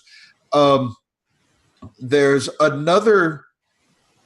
interestingly, there's a tunnel that curves off to your northeast, like it's heading back. There's one to the northwest, and down that way you can hear the occasional sounds of maybe it's fighting, some sort of commotion off to the northwest. And then to the west and south. Wow. All the spokes on a wheel, I guess, huh? Yeah, you're like I said, it's a bit of a hub, which is again why you would have drow elite warriors on giant lizards, but they were no match for you. Well, I'm going to keep an eye on that tunnel specifically. I'm going to use my slippers of spider climbing and go walk up onto the roof, so that when they come back on the sides or on the roof, as they're prone to do, I will be able to match them on equal footing. All right. However, my cloak does not hang down. It billows behind me, very awesome-like. Batman. But as if there was no gravity. It's just billowing behind me like normal. Nice. It doesn't just hang down. It doesn't flip back down. No, it's billowing behind me very appropriately. Fantastic. So I will just keep an eye on that tunnel in case they come back. All right. And the rest of you, which way do you think you want to go? Let me close this. Off to the south, you see some bones in the tunnel going that way. Off to the northeast, which is a tunnel that you haven't seen anybody go down. It seems quiet and dark, and you don't see a lot of litter. And then off to the west, there are more broken bones. You said there was sound coming from maybe one of the directions? From the northwest, you hear some kind of commotion. Maybe it's people talking, maybe it's a town, maybe it's fighting. It's hard to say from this distance. And it kind of, it's hard to hear echoes in the cave, in the caverns. Now, did Tisabdrar know which direction this electrical worm he told us about was? He did not. Okay. He knew it was prowling around here. Since you get some of his general knowledge, did he know anything else about the worm other than it was around? I suspect I know it was killing people, but and it was killing sort of indiscriminately. Okay. He knows that they would find bodies of drow, find bodies of troglodytes. He would generally know that there are trolls in this cave as well, in these caverns, rather. Trolls. I'm going to say that Wink dropped his disguise just for. Okay.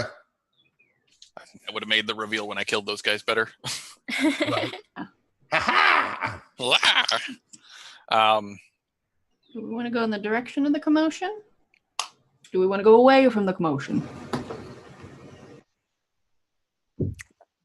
Well, Sounds like there's something going on down there. it sounds bad. I think it sounds fun. There. Maybe the worm is that way. You think the worm? All right. Maybe. You know what? We don't know. Let's find out. If it's an electric worm, do you think it glows? That'd be cool. I thought Seems reasonable. we established that everything glows. It does, but like bright. I hope not. No offense. I mean, yeah, it's probably more dangerous. Yeah. So are we? It'll be easier to sneak down that way since they're making noise. This is true. I can put my mace down so it doesn't glow. Put it on my hip. That's not necessary. I can just sneak ahead, and you can keep glowing and walking, and I'll just stay, 30, 40 feet in front of you. I do like glowing. So we're gonna head You're that way. heading towards the sound of the commotion? Check. Yes. That'd be the northwest, right? Yeah, that's correct. Gotta see what's going. As you, especially Varix, only because you're stealing ahead of the others. Yeah. By the way, can you give me a stealth roll, Varix? 22. 22.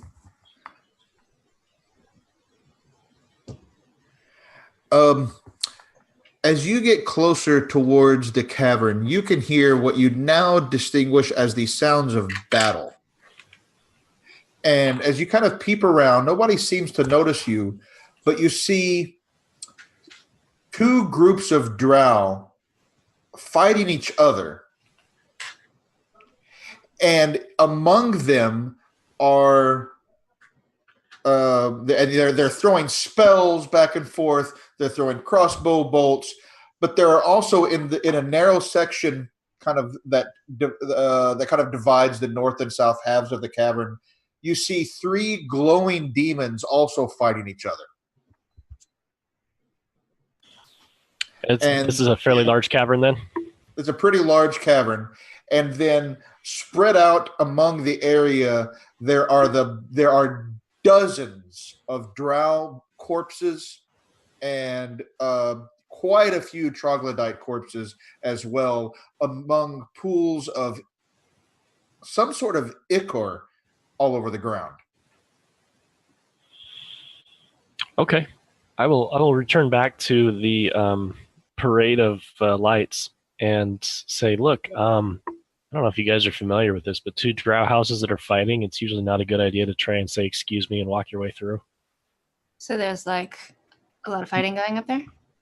Yeah, this is a battle between, numbers-wise, probably, DM, tell me if I'm wrong, probably somewhere between 40 and 60 individuals casting spells and killing each other, not to mention troglodyte meat shields. There's no, like, big glowing worm in there, right? Not that I was able to see, but All right, there go that way. possibly could have been the effect. So I would be like, all right, let's go another direction. We're not here for their house. I battle. think that would be best. We're here for big ol' worm. Well, Back we're to- also assuming that the worm is the one guarding it, the treasure we're after. And since the worm travels, I don't know that this is the creature we need to kill. Yeah, since it moves about. Yeah. Whatever it is, it's definitely not in that room. So let's try another one, maybe. Back to the hub, and we'll try the western passage. That one is littered with broken bones. It seems promising. Old or new? Yes. Understood. Why not both? And in fact, those of you, and I realize this doesn't apply to Varix, those of you walking on the floor, there are so many bones that it makes a crunching sound with every step. Crunch, crunch, crunch, crunch, crunch. And it makes, yeah, just like that. And it makes extra noise as you're going, and pretty much anyone that's around can hear you coming. Dice can be used for Foley work. As you, let me pull up something here. So as you're entering the area, you see some rock formations in here. There are these stalactites and stalagmites. Stalagmites are the ones on the ground. Stalactites are the ones that come from the top. And a 40-foot cave. And it looks, the way that they are kind of almost in a line, looks like teeth in a big toothy maw.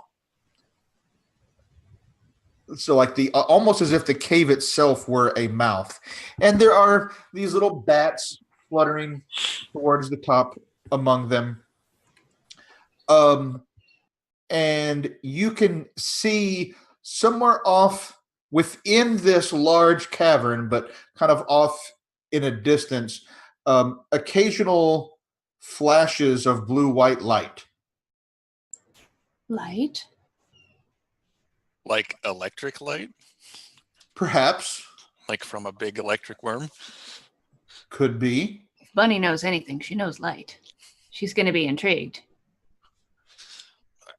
I'm going to hug the walls of this chamber and just still hiding in shadows and sneaking and trying to maybe Scout not it. necessarily do a lap, but just kind of scout the room a little bit, looking for other entrance and exit points in this 40-foot cavern. Sure. There are a couple of things. The main thing is the cavern itself is large. There's large ledges and stalactites, stalagmites, as noted. There, you can see further off to the north some tunnel leading directly off to the north. Vexir, as you are stealing around, you see a little bit ahead, kind of in the shadow of one of the stalagmites, what looks like a humanoid kind of laying down like they're hiding or something like that. It's hard to see from where you are. Okay. I will am I close enough to be in striking distance? Not yet, no. You see this person a little bit ways away. Sure. Okay. Then I want to get at least close enough to where I can rush up to him and strike him should the subterfuge be extinguished. As you are getting closer, you can now perceive in the darkness in here. You don't have to worry about this person because it's a half-eaten corpse, fresh, of a male drow, kind of leaning against the stalagmite. And what you notice is not only is it kind of half-eaten, and like I said, it's within the last few hours, its chest is completely caved in. So something large bit him in half. Bit it and somehow put so much pressure on the chest as well that it just crunched Yeah. Very well. I'll keep circling the chamber. I imagine at some point the rest of them are going to come into the chamber, right? Yeah. So what are the other three of you doing? Bunny or Twiller or Wink? I guess we're heading that way. Yeah, I think we were sneaking around behind, or are we trying to sneak? Sneaking to the best of our crunch ability. Yeah, it's Yeah, I mean, I figure it's not really sneaking. Yeah, I wasn't really, and I didn't really say hold this position until I come back. I was just scouting ahead. You're just like, all right, well, I guess let's go to the light. They tell you not to go towards the light, but that's been counter to my entire life's philosophy. Anyway, just had a minor existential crisis, and we continue on. Good talk. All right. All right. As you are moving through here, you finally get to where the light kind of is, and there's a 30-foot high ledge. That's still the room is so large that that's still some good distance from there to the ceiling, and there's some flashing up there. Okay. Guess I'll use my slippers of spider climb and just start walking up there, I guess.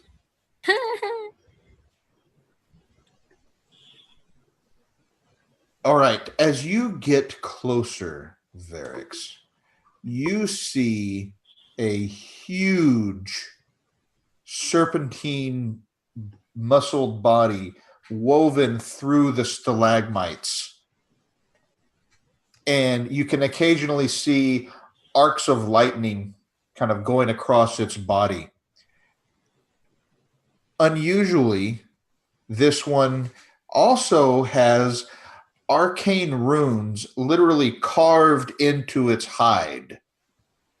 You may have run across one of these before as a Bahir. I think I said that right. Yeah, I know. If we're looking like we're going to get into a fight soon, I would probably cast guidance on Twilla. Okay. Just to pat her on the shoulder, like, we're going to have a good time.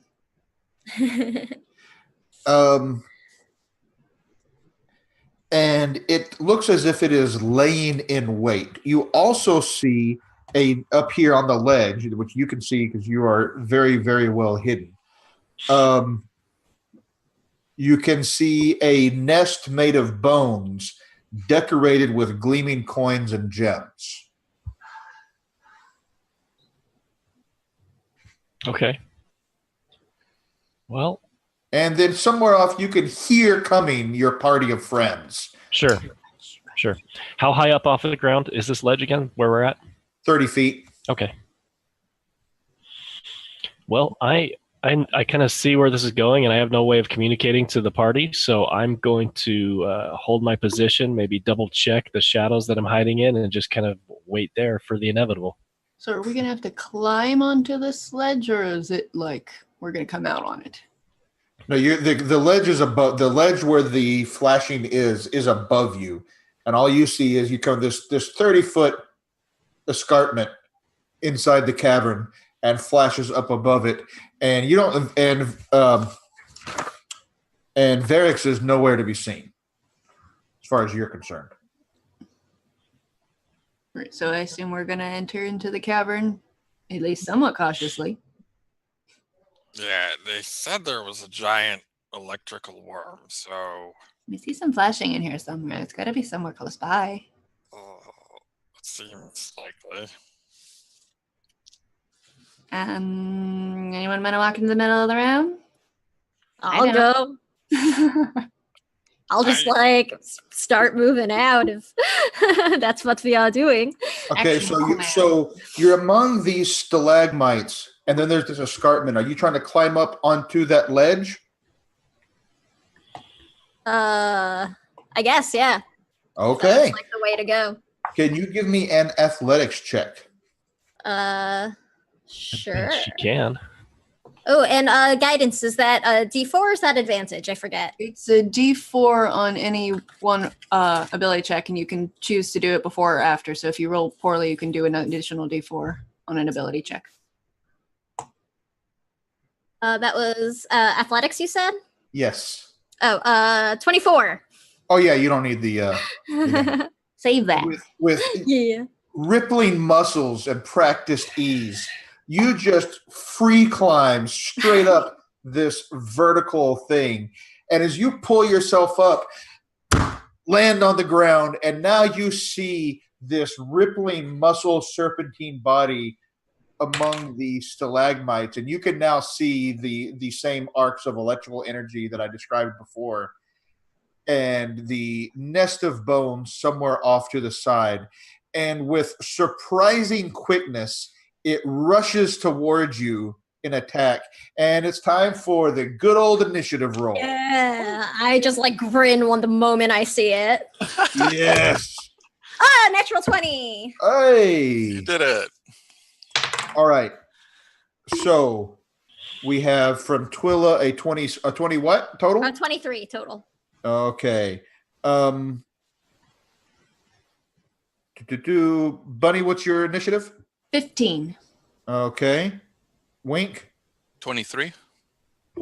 and Varix. Dirty 20.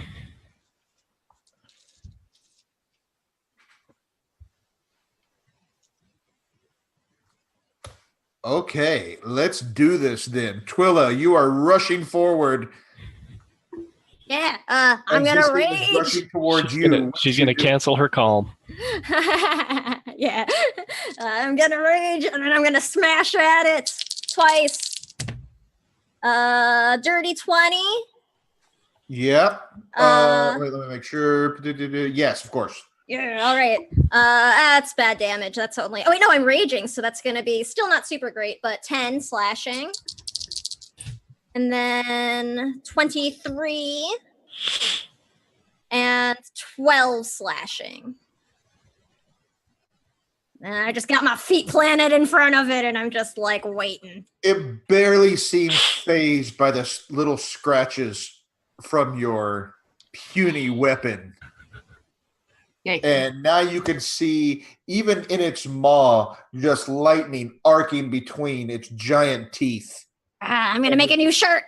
Tail in the back, kind of waving back and forth. Wink, what do you do? You are down at the bottom of this thing.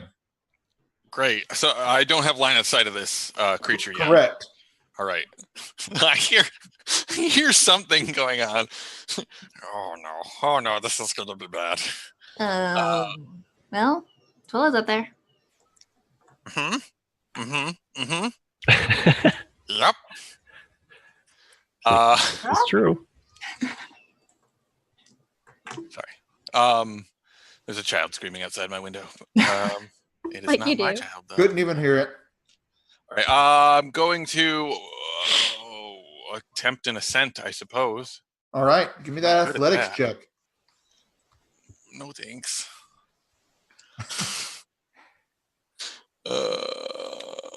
14.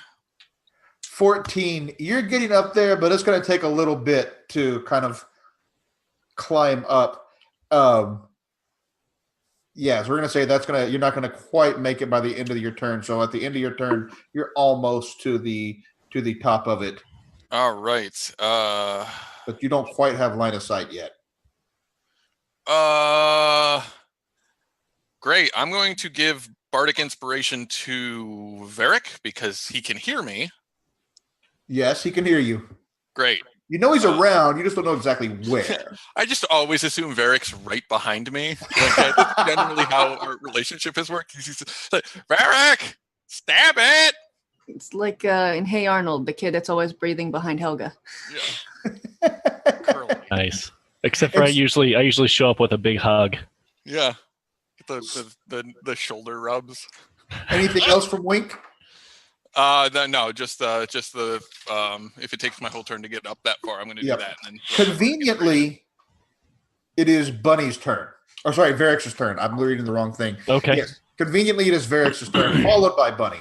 What does the Bardic Inspiration do again? So you got a D10. You can choose to add it to one ability check, attack roll, or saving throw after you've rolled, but before you know the outcome. Got it. I have a feeling I'm going to be saving that for a saving throw. Yeah, seems wise. Cool. Well then, DM, I hope I'm in a position where I can jump up onto the ledge and stab this thing with my rapier. Is that what you want to do? You want to stab it? I would like to. Yeah. Yeah. So we're going to say that you're kind of above it in the cavern. Okay. So you could, maybe scamper down one of the stalactites and kind of drop down right behind it, and it is in combat with glorious Twilla. Well, if I can stay on one of the stalactites, hanging down and just kind of standing vertically. Okay. My slippers of spider climb. I know it's not an intelligent creature, but still, it'll look kind of funny. It's intelligent-ish. Okay. Does an 18 hit? An 18 will hit. Yes. Good. All right. Make a note of that. In that case, we get some sneak attack dice here. I'm going to burn a second level spell for level 2 divine smite. Oh my gosh. So that is the sword, and that is divine smite. So 4d8, 3d6. We'll see what happens. Oh, math. I forgot about this part. Yeah, math. Oh, yay, math. All right, so Ultimate enemy. 11, 17, 20, 27, 32. 32 plus 8 is 40. So 40 total. Okay. Anything else? I have a second attack. So I want to stab it again. All right. And that's a dirty 20. Yep. So that's just a regular attack. 14 points damage. Okay. And then I will bonus action dash behind behind Twilla. Oh, okay. Okay. So if it wants to get to me, it'll have to go through her. I mean, it's bigger than both of us combined, so not really, but it's bigger than all four of you combined. Yeah. But yeah. In theory, that's what I'm going for. Right. Yeah,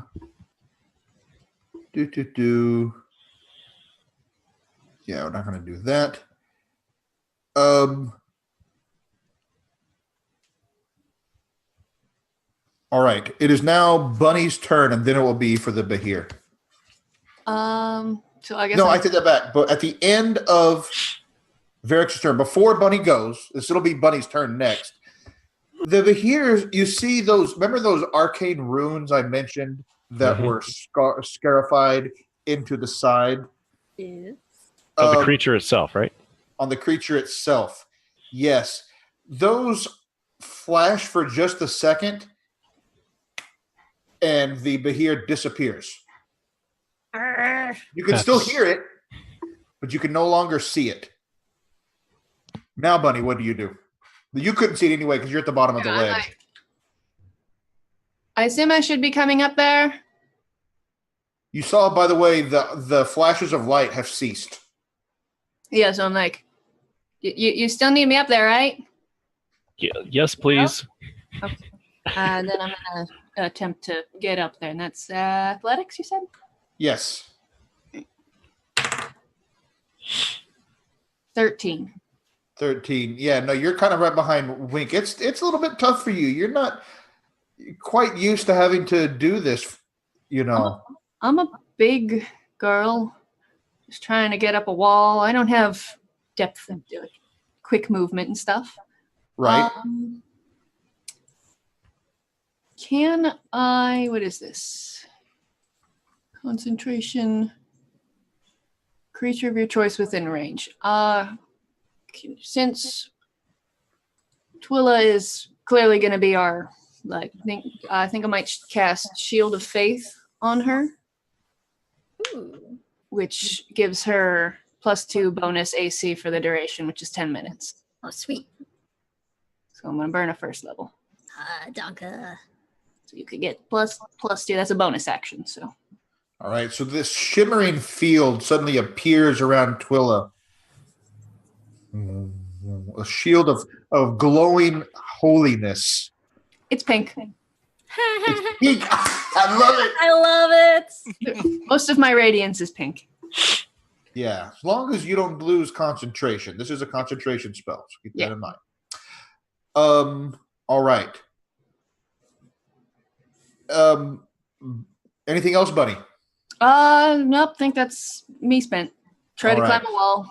Doing all right. At this point, all those bats I mentioned up in the stalactites, just as one swoop out of the way, they are getting out. They want no part of whatever this is. When the Bahir is moving around, they've learned as a flock. I guess bats are a flock. Maybe there's a different word for the collective. Colony. The colony of bats takes off and has no interest in being there when the Bahir is trying to feed. And instead, you hear scampering for a moment, and then I need both Twilla and Varix to make dex saves. So a bat group is either called a colony or a cloud. 16. 19. Okay, you both pass, which is good. So you're only going to take half of what I'm about to roll. You know what? I'm going to use that's a lot of dice. No, you know what? I want to roll a lot of dice. Yeah, do it. It's so satisfying. Yeah. That's part of the reason to do it this way, right? It's just Great it's time to be stuck on a cliff. So you're going to take half of this. And I'll take half that again, probably. Lightning? Yeah, I'm resistant. I'm raging. Bear totem. A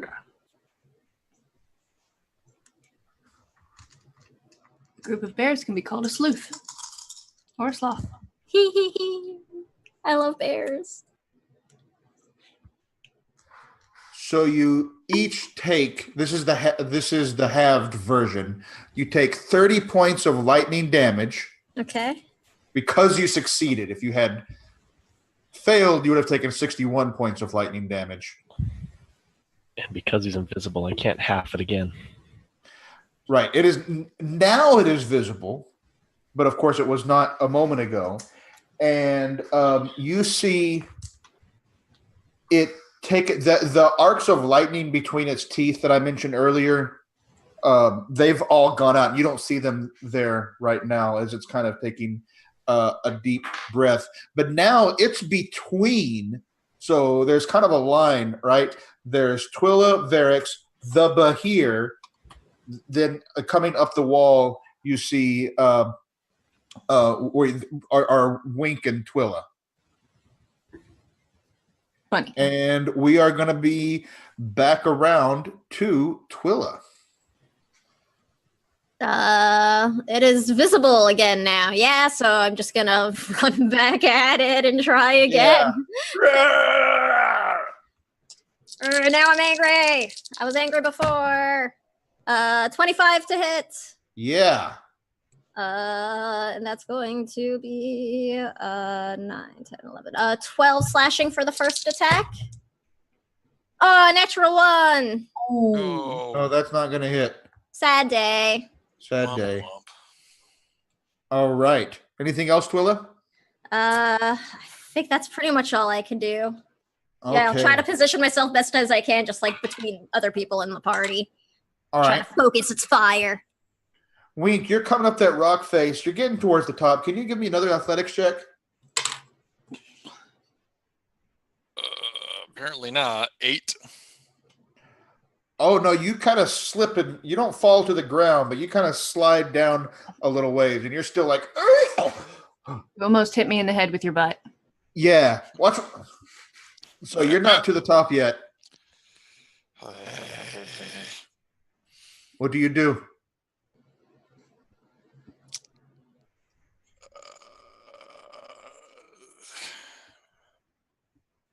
Screw it. I'm going to dimension door to the top. Oh! Ain't nobody got time for this. Like, Wink gets sped up and it's just pop. so when the dimension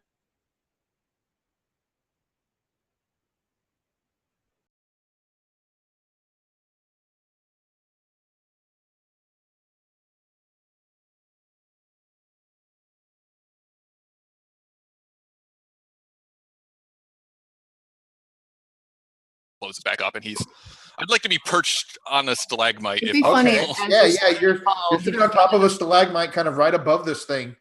Oh wait, no, sorry. I'm going to use my bonus action to hide because that's a goblin thing. I can use my bonus action to hide. Nimble escape. Okay, so yeah, give me your stealth roll.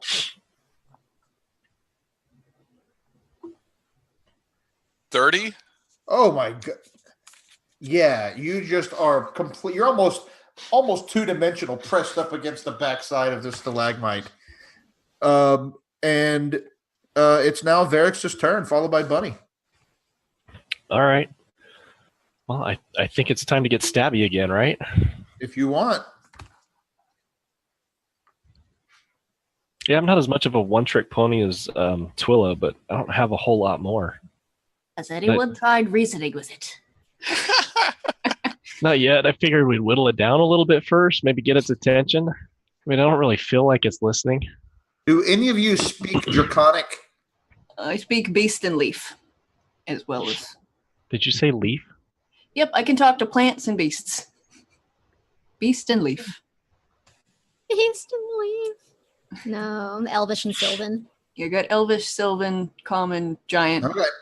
Undercommon. You hear it say something, but you can't make out the language that it's in. So what were you doing, Bunny? Or no, it was Varix's turn. I'm sorry.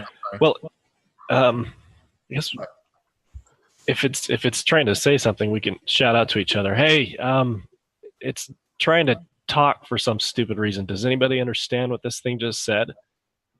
Yeah. I'll say that in common. Just like rage foaming at the mouth. Twilla has no. I don't think Twilla's listening either. Nope. Okay, that's fine. I heard some gargles. Rolled a 19 to hit. 19 will hit it. Okay. 19. Get sneak attack damage, right? Yeah, it's in combat with Twilla. Who's got +2 AC? Those are juicy rolls. 10, 21 points of damage. All right. You're pumping some damage into you. It's taking those hits. It's rough. The second one's going to hit. That's a natural 16, so 24 to hit. Yep. And 9 more points of damage with the second hit. And then I will do the same thing again. Bonus action dash and moonwalk out of there with my rakish moonwalk. Rakish audacity, yeah. So you're running. My audacious moonwalking away. So you're running over kind of. So it was like you were between. Well, Twilla had run up to it, so you're just kind of going on the other side of Twilla again. Yeah. Okay. All right. At the end of your turn, those arcane runes. Mm-hmm. Mist, like a magical mist, swirls out of them, and it disappears and immediately reappears at the base of the escarpment below Bunny. Bunny, it's your turn now. You're up on the escarpment. It's down there below you. Bunny looks behind, like, I was almost up there. And then what spell do I want to use? It's teasing you, Bunny. Like, I was almost up there. I was going to get it. Should I use I need to be able to heal, but I need to hit something.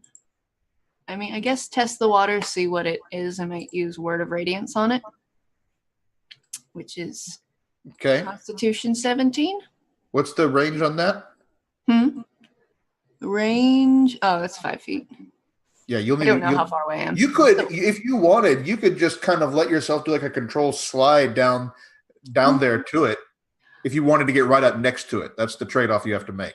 Yeah. I think I'll stay here for now. You're going to stay on clinging to the side of the cliff wall. I mean, can I do stuff while I'm clinging there?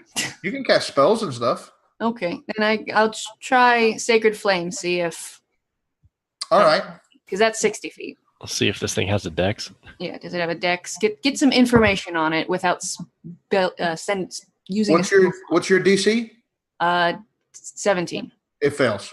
Okay. Well, then I do 3d8.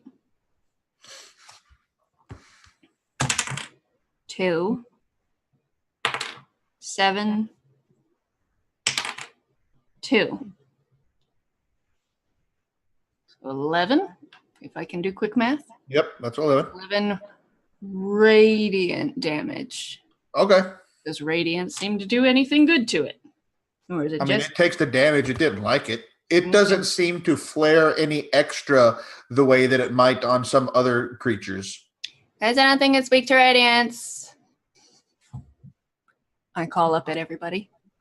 And then, how's everyone's health looking? Twill is starting to look a little rough. She'll never say it. Because they're up on the other, they're up above on the ledge. Yeah. So I guess that's all I can do for now until we haven't quite split the party, but it's very close. Yeah. You're not split, but you're separated a little bit. It's a large creature. You can still be in combat with it and still be kind of separated. Very large. One might even call it a huge creature. That's pretty big. But it's mostly long. And it lurches forward, electricity swirling around its body towards Bunny. Oh, dear. And it's going to first try to bite her for a 21 to hit. Ooh, just barely, but yeah, it does. And with that, it's going to do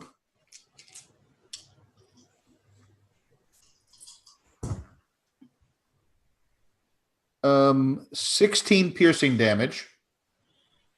Okay. And then it's going to try to wrap itself and constrict you. I don't appreciate this. And it just wants a hug. It's basically giving her a big monster hug. Hugs need to be consensual, friend. This is true. For a 15 to hit. Does not. All right. So you push it off. Get off of me.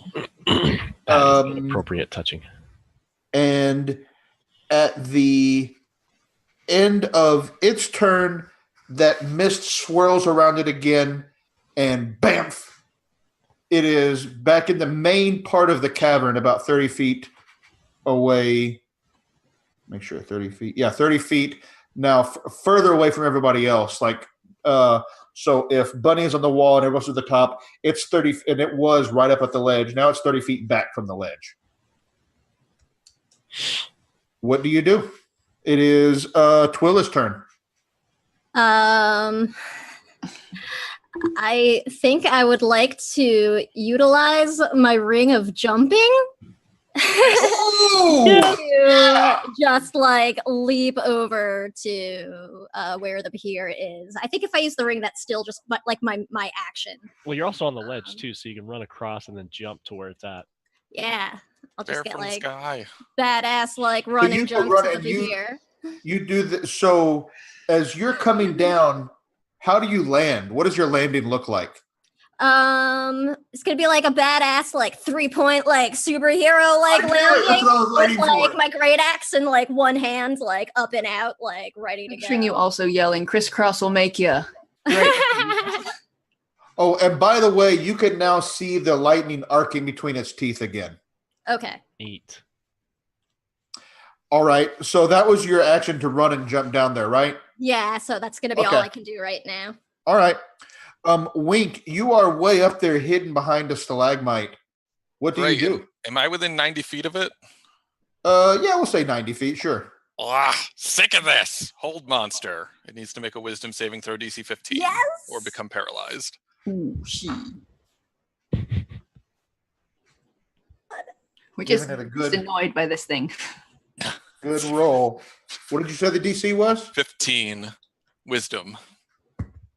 Is this a wise worm? Is it a bookworm? Well, it rolled a natural 1 on a saving throw. So no way. Yes! That's how it goes. So you see it kind of freeze electricity arcing around it, but it's not moving. Wink, what else do you do? Okay, that was my action. My bonus action, I'm going to... You gonna move at all? Move down the wall? Yeah. Well, see, the thing, though, it's teleporty. That's why I didn't want to get off the wall. It took so long to get here. Yeah, No, I'm not going to do anything with the rest of my turn. I think that was pretty satisfactory. Okay, that was fantastic.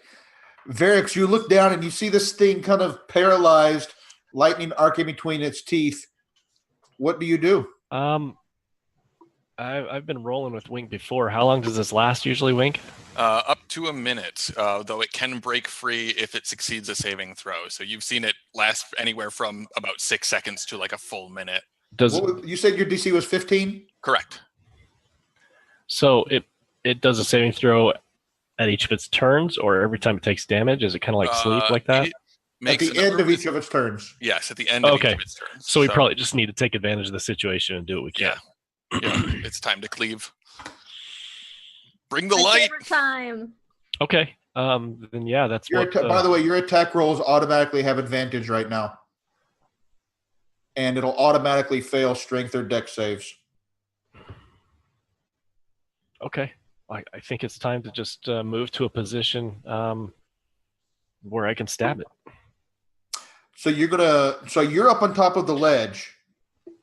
It's down at the bottom of the ledge and another 30 feet away. Okay. Well, I do have bonus action dash. So I can get down. I can still get in melee range then, right? Yeah, but you would have to go down and then over 30 feet. 30 feet. Make some kind of, so you'll need to make like an athletics check to drop down safely. Well, it's a spider climb. You have spider climb. So yeah, you've got so it'll take 60 feet of movement for you to get there. Okay, so then my bonus action dash, my regular movement, and then I'll take my action to attack it. All right. You said it has advantage, right? It is at advantage, and if it hits, it'll be an auto crit because you're within 5 feet. Okay. Does a 19 hits, right? 19 does hit. It pierces through its tough natural armor. And you said this is an auto crit? If you hit, it's an auto crit, yes. Okay, well, I'm burning another second level spell slot for Divine Smite then. Yes. Let's see how much damage you can pour into it in one turn. Paladins. All right. Somebody want to add these up for me? I got a calculator. I'll open up a calculator here. Had mine at the ready. 6 and 7 and 8 and 4 and 4 and 6 and 2. So that's the dice roll. It's 37 total. So twice that. 74 plus another 8. Yeah, you're... That's 82. And that's it. Oh, is that all? Yeah, sorry. I really leaned into this one, guys. I've still got another second attack. All is not lost. Oh, good, because that was such a terrible first time. yeah, I did like. Oh, but that's a natural 20. Are you serious? Okay, so my 1d8 is 6 and 8, 12 and 14. So, oh wait, that's not double. So 12 plus 8 is 20. So 20 total on the second rapier attack. All right, and now this thing, it's looking pretty rough. It's looking pretty rough. I don't know if y'all are keeping track. Who else wants to get in on this? This thing's not even moving. Well, it is this Bunny's is great. turn next, and this thing is right up with Bunny. Or no, it's 30. No, I tried to attack her while she was swinging to the side. So, Bunny, you could easily get there if you wanted. Yeah, I'm gonna. I'll kind of wave towards her. I'm like, come on, it's not even moving. It's just it's like teeing up. Well, at least I'm gonna slide down the wall. Yep. Slowly, but with speed. And then should I use? I'm like, I need to be able to heal, but I also my cantrips don't seem to do a whole heck of a lot. Remember, it will auto-fail strength and dex saves right now. All right, well, then we're going to cast that old classic Sacred Flame with a dex Sacred Flame auto-succeeds, so roll your damage. 4. Stop rolling 4s. 4. 12 damage? Yeah. All the What are you four. doing? Yellow dice. Okay, at the end of its turn, the Behir will attempt its wisdom save again and save. All right, I took it out for one turn though, guys. Yeah, you Pretty did. That good. was No, great. it's absolutely pretty good. That whole monster was a game changer. Yeah. And you Did not see prepare that spell. at the end of its turn, after that, you see a swirl of magic mist around it, and it is back on top of the ledge. Oh, come on. I just got down from there. Oh. And it's Twilla's turn. Ah, I missed all the fun. It didn't get held until after, like, I was down. Well, I guess I'll just be jumping right back on up because I'll just keep playing that game. Okay. Nothing ranged to do, really, so all I could really do is hop on up there. Yeah, so if that's my action, I don't still get, like, 2 attacks, right? Like, or, I mean, I don't get, like, 1. No, if that's your action, you don't get the attack Yeah, action. I didn't think so. Just double checking. All right, well, that's all I can do now. All right, Wink, you're up there. Yeah, hidden. Yeah, because it didn't. Well, no, when you cast a spell, then you kind of came out from it, so you're not hidden now. That's fair. Can I have used You my got bonus covered action? maybe, but yeah. Can I have used my bonus action after casting my spell to hide myself again? Yeah. After your, yeah. Cool. All right, that's another 30 on that hide check. Okay. So I'm going to come out from hidden with my rapier and attack this thing. I mean, it's in pretty bad shape. You can see, besides the fact there's electricity arcing and swirling around it, electricity in its mouth, but you can see that it is seriously bleeding and bruised. One of its legs is kind of it's got a lot of legs, but it's got like maybe 5 or 6, not 5. It's got like 6 or 8 legs, and one of them is kind of hanging limply, and one of its eyes is swollen shut. So you might.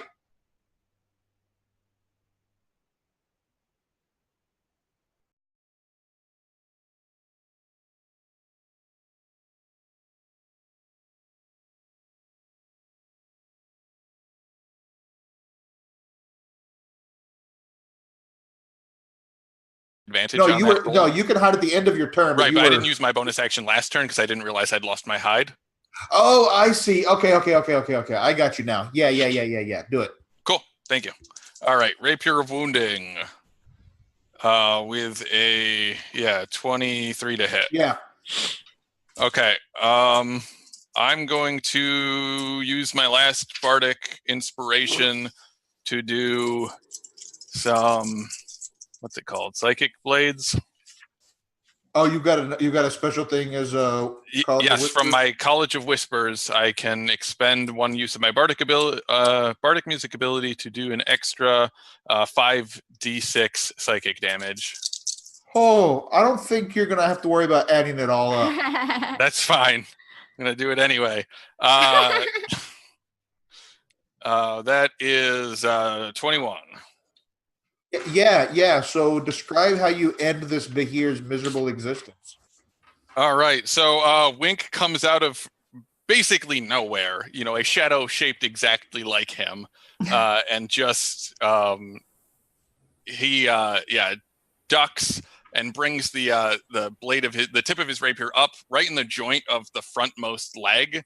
And as it enters, there's a sort of a swirling of purple energy that courses up to the Behir's head, and it thrashes its head back and forth and then hits the ground with the smell of ozone as the electricity discharges.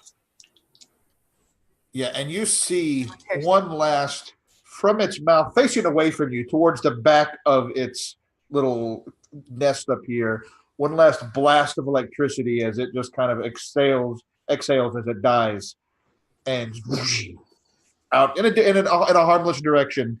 And then this massive muscular body goes limp.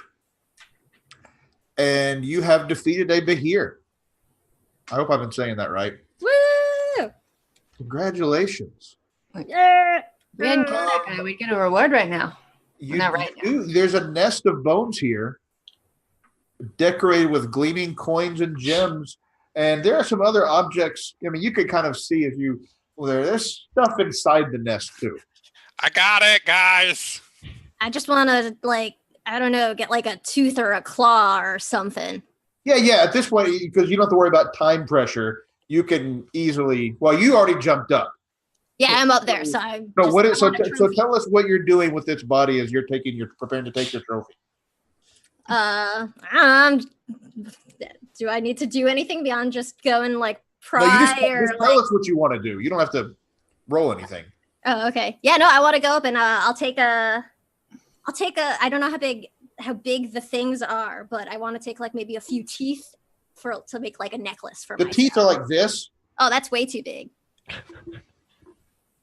Whatever, I'm gonna take a But tooth. there's like it's got. I'm gonna take a tooth and I'm gonna have it turn into like a drinking horn when we get back to carved. Oh, Give it a root canal and drink out of Yeah. it. There you go. Yeah. yeah. Maybe get some scrimshaw on it. Yeah. Looking for anything that might glow still, even though it's dead. Yeah, it's like if you kind of are willing to get a little bit messy, there's some like electric glands and stuff inside its jaw area. I don't mind getting a little messy. All right, yeah, then you can pull out some glands that you can feel them kind of vibrating with electrical energy sometimes. And Bunny, may I borrow that spell book you're holding? spellbook? Yeah, I got that right here. Great. I'm going to copy down the sigils from its side into the spell book on one of the blank pages. Hand it. Oh, interesting. Yes. They are arcane runes, and you could maybe later do some research to figure out what they mean. Cool. Anybody else going up to that nest? Yeah, I imagine we all would, right? Yeah, I was figuring we would harvest the whatever bits people wanted to harvest, then we'd all go into the nest together. Is it possible this is the beast that was guarding this Does wonderful anyone treasure? need some healing? I've got healing potions. I've got healing spells. If you want to say, potions are great. If we want to stay with my slots. I'm still mildly stabbed from drow, but it's not Mildly, pressing. mildly stabbed. I've got them. It's just a flesh wound. I'm just north of half. Yeah, same. Twilla will be like, I'm fine, but she's clearly not fine. I feel like we should at least have a potion or two. I've got 15 of them because what does money mean to me? Bunny is she doesn't care about money, probably because she comes from some sort of money, so doesn't really think about it. Trust fund. Like Elle Woods. But so I guess I distribute some potions. I'll Sweet. drink a couple, sure. Yeah. So Yeah, I'll take whatever. I mean, actually, I've got some too, but that's more for other people. yeah, so two to it's what do they do? Where are they? Equipment. They do like 2d4 or something like that. Plus The 2d4 plus 2 each. yeah, so I'll give out 2 to each person. Cool. Thanks. Makes sense? Cool. Yeah, thank you. As you catch your breath for a moment there, you are finally overcome by the temptation to see what's in the nest. You've got yourselves together. Are you ready? Right. Yeah. Yeah. As you peer over this nest of bones, there's still gristle there. You can occasionally see, insects and mice kind of picking off parts of the joints. You see a pile of thousands of gold pieces, silver pieces, thousands more silver pieces mixed in among them. On top of it is a golden onyx scorpion brooch that looks very nice. Even nicer is a silver music box of elven design that you estimate is worth hundreds of gold pieces itself, and a helmet.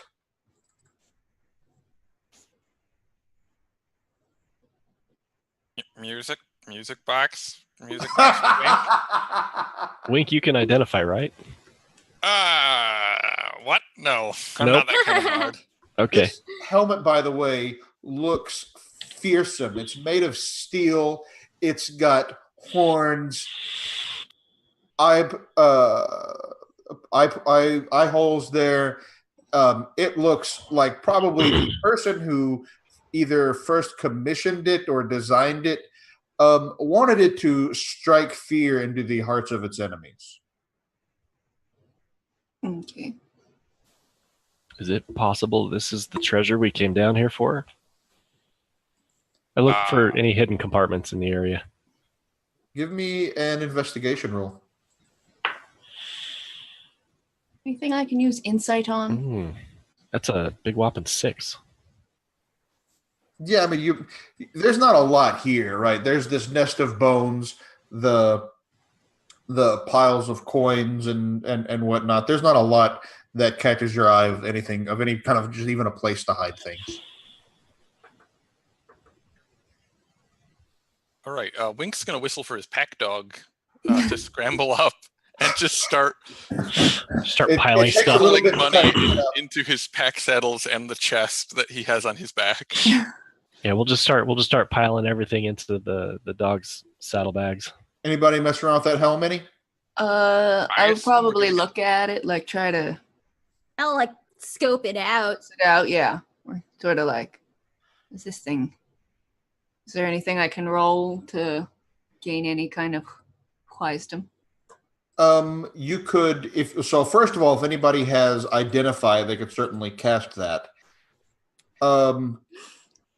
And Yes. if with Arcana is not identify, but an Arcana check might tell you something about it. I don't have Arcana. I have insight. I mean, I can try an Arcana. I have a +3 in it. That's not going to do it. That's a 9. No, you. It looks really nice. It's very pretty. Kinda, maybe. I don't Do I you don't know want if it? it's style. I don't think it's pretty at all. It's terrifying. I mean, That's not my aesthetic. Yeah, No, it's not my aesthetic, but it's someone's aesthetic. I'll like pop it on, and it's probably As soon too as she big, pops it and on- I'll I like say, where's the thrall? As soon as Twilla pops it on, Twilla, you look around, and everyone else you see, and where it fits on over her head and face, her eyes begin to glow red. how do I look? Mildly terrifying. Yeah, Mildly, no, That's it's- the idea, I It think. looks pretty badass, actually. immensely terrifying. I'm like grinning really big underneath. Try to shoot lasers out of your eyes. Your eyes are Laser. glowing. Like, I'm about the glowing, but it's kind of red, and I'm more about a pink. If your eyes could glow pink, then it would be like primo, like chef's kiss. Neat. Yeah. So just as an FYI, this is a common magic item that makes its wearer's eyes glow red. I love it. But it is a magic helm, so that's nice. That's cool. And yeah, so put this together, but you get, like I said, several thousand gold pieces, several thousand silver pieces, and all of that.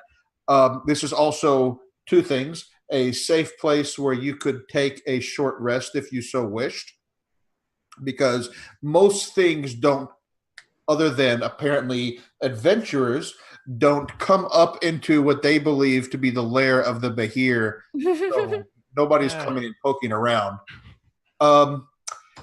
And you've got some choices to make about the rest of this area of Undermountain, whether or not you want to explore it or you're going to return back to Skullport. What are your thoughts about that? Maybe you talk about it as you take a short rest. Yeah, I think that's a good idea. Short rest sounds Yeah, juicy, actually. I could spend some hit die. Right? Everyone get some more health. Oh, where's my hit die?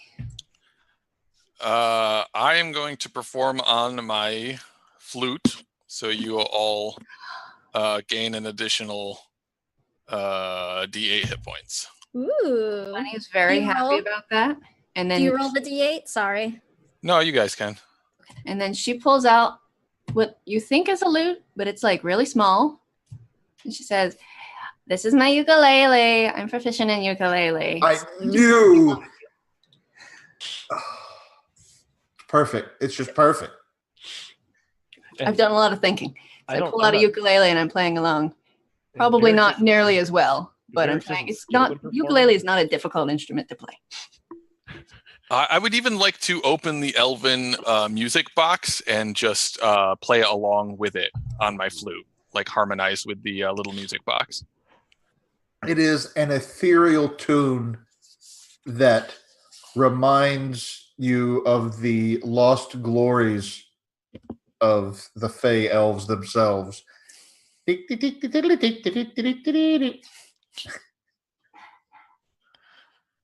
was that D8 for? When you spend hit dice to regain hit points, you regain an additional D8. Song of Rest. Where can we mark off hit die on D&D Beyond? I'm not seeing it. Yeah, no, there's let me pull up somebody's sheet so I can tell you. You go up to short rest, up in the top center.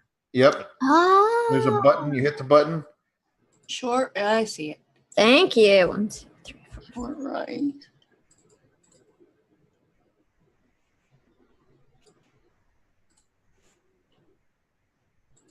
Okay.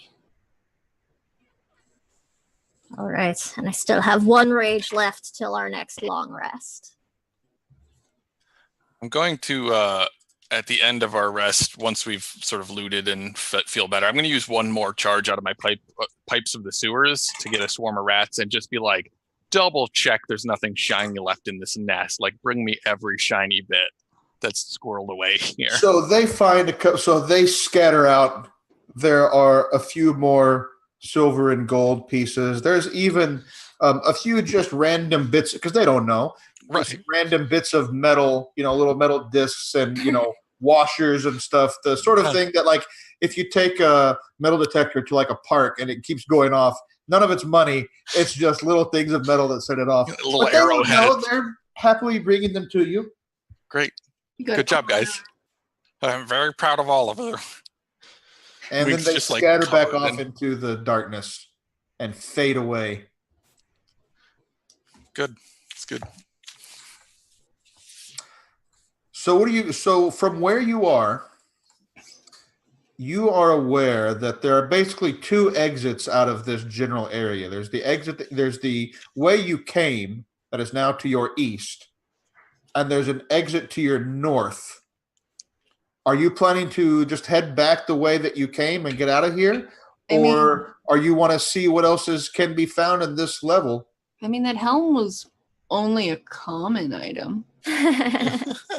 Not uncommon. I mean, I am here to do what you want, so it is. How encumbered are we by the wealth we just picked up? Well, you have a pack dog. Yeah. So we're going to say that your pack dog is moving pretty slowly with, close to 7,000 gold pieces, over 4,000 silver pieces. I could take some things to move quicker. I have double or triple carrying capacity because I have double because I'm a big girl. Yeah, I have a doubled carrying capacity for max load and lift because I'm a bear totem. Let's keep going. I look at Wink and I go, this is why we hired them, right? let's you're right. Just load me up with extra weapons and stuff. I'll just be like carrying capacity plus push dragon lift. I love this plan. I'm excited to be a part of it. So we got swords and gold from the right people we helped earlier, and you found a shiny ring somewhere on that first man. So 50 coins weigh a pound. Oh, no, the lady. So that's 134 pounds in gold pieces. That's awesome. I don't think that bothers me. And another 82 in silver pieces.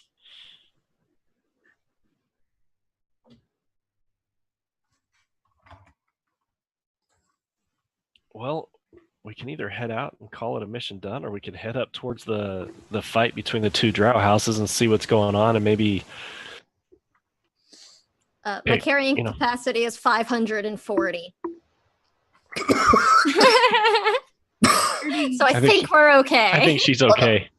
Like Twilla's like a pack horse unto herself. Where do you see where you're encumbered? I just like this tiny little like 5-foot thing with like an axe like the size of me and like all of this crap hanging off me now. This is why we hired you. This is amazing. Yeah, mine's 240 that I can. Oh no, that's what I'm currently carrying. And I'm not encumbered with 240 currently, so I don't know what my max is. You can just click on your like weight carried area, and the right hand bar will tell you your capacity. 960 pounds is what I can. Nice. Or no, 480 for my carry. Push, drag, lift, 960.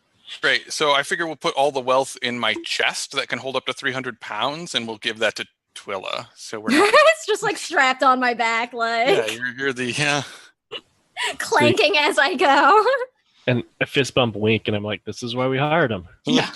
Yeah, you're right. It was a good plan. It's a good plan. I saved my spells because I thought we were going to have a little bit more stuff to do. Well, keeping the same stuff for next week. Maybe I think so. We don't know what the situation is with the two drow houses that are fighting. Now, do we suspect that northern passage will go into the chamber where they were fighting? It might. It's kind of in that general direction. Okay.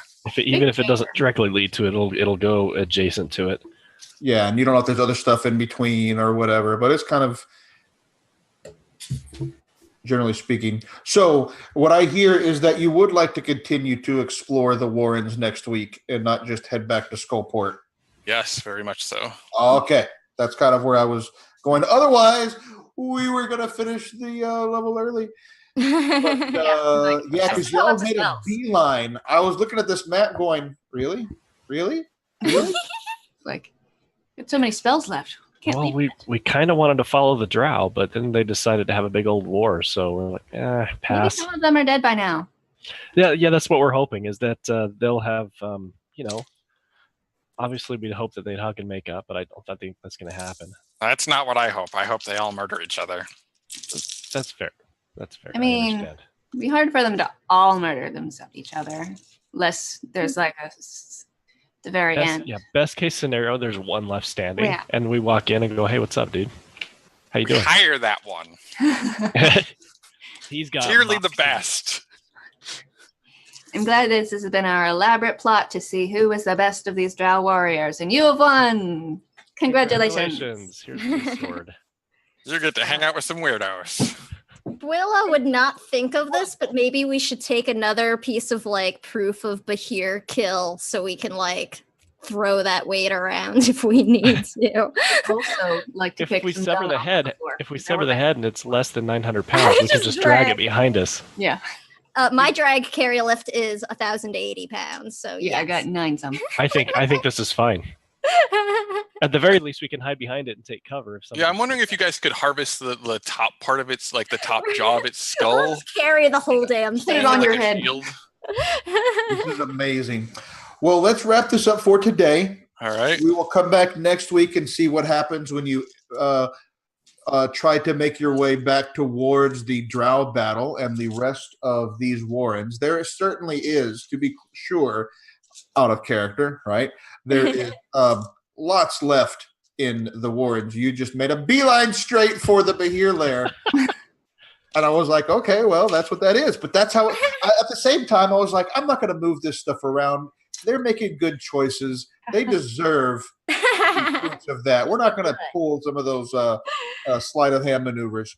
So let's wrap up and go around. And we're going to, what I'd like to do is everybody kind of just re-explain very quickly who you are and what your favorite moment today was. And so we're going to start with Samwise. Hey, I am Sam. You can find me at Samwise_GameG, pretty much any place that I exist online. I think my favorite, I don't know, man, it was just a really fun game all around. I really like getting to use my sweet ring of jumping that first time to just like pew, like right across the room. That was a lot of fun. That was that three like just pew. Dust behind her legs as she lands. Yeah. Right. Will, How about you? Yeah, I'm Will. I'm not anything. I don't do anything. So You're Snow. You have a glow inside you. You're We love wonderful. it. And it's That's not Covered fungus. this already. no, I. There's no reason to pay attention to me online though. Okay, fair. Yeah. Um, But we But, pay attention to you here. I appreciate that very much. So, my favorite moment was definitely, how did you survive? I didn't. That's definitely going to be my favorite. That was a moment. fantastic great. moment. And just green flame blade some drought to death. All right. And randomly generated. How about you? Hi, I'm Jen. Randomly generated across the internet, including on Twitch. I'm a Twitch affiliate. Stream 5 days a week at noon, usually every weekday. Tomorrow, though, I'm having a special day. Tomorrow's my 4-year anniversary on Twitch, so I'm going to be playing Monster Prom with Bal, who's been in chat, the Nerdy Niffler. Oh, she's fantastic. She's a friend. Yeah. Hello, Val. Yeah, her and Rose Artemis. We're going to Little be sister. playing Monster Prom tomorrow, 3 p.m. Central Standard Time. So it's gonna be a great time. Celebrate my anniversary. And favorite thing. Anytime I used so much radiance, but probably that ukulele. Now pull out that ukulele. Ukulele. That's great. That's great. Have one somewhere. I'll bring you next week. All right. You're gonna make up a special little song. Yes. I love it. Plum. DM Plum Loco on Twitter. And my favorite moment was probably Wink's Hold Monster that froze that thing in place and let us just tee off on it. Hold Monster is so OP. I am pleased that worked. I was pleased that the DM dropped a 1 on that because I was like looking at this for a moment, and I was like, "That's the thing. That's yeah."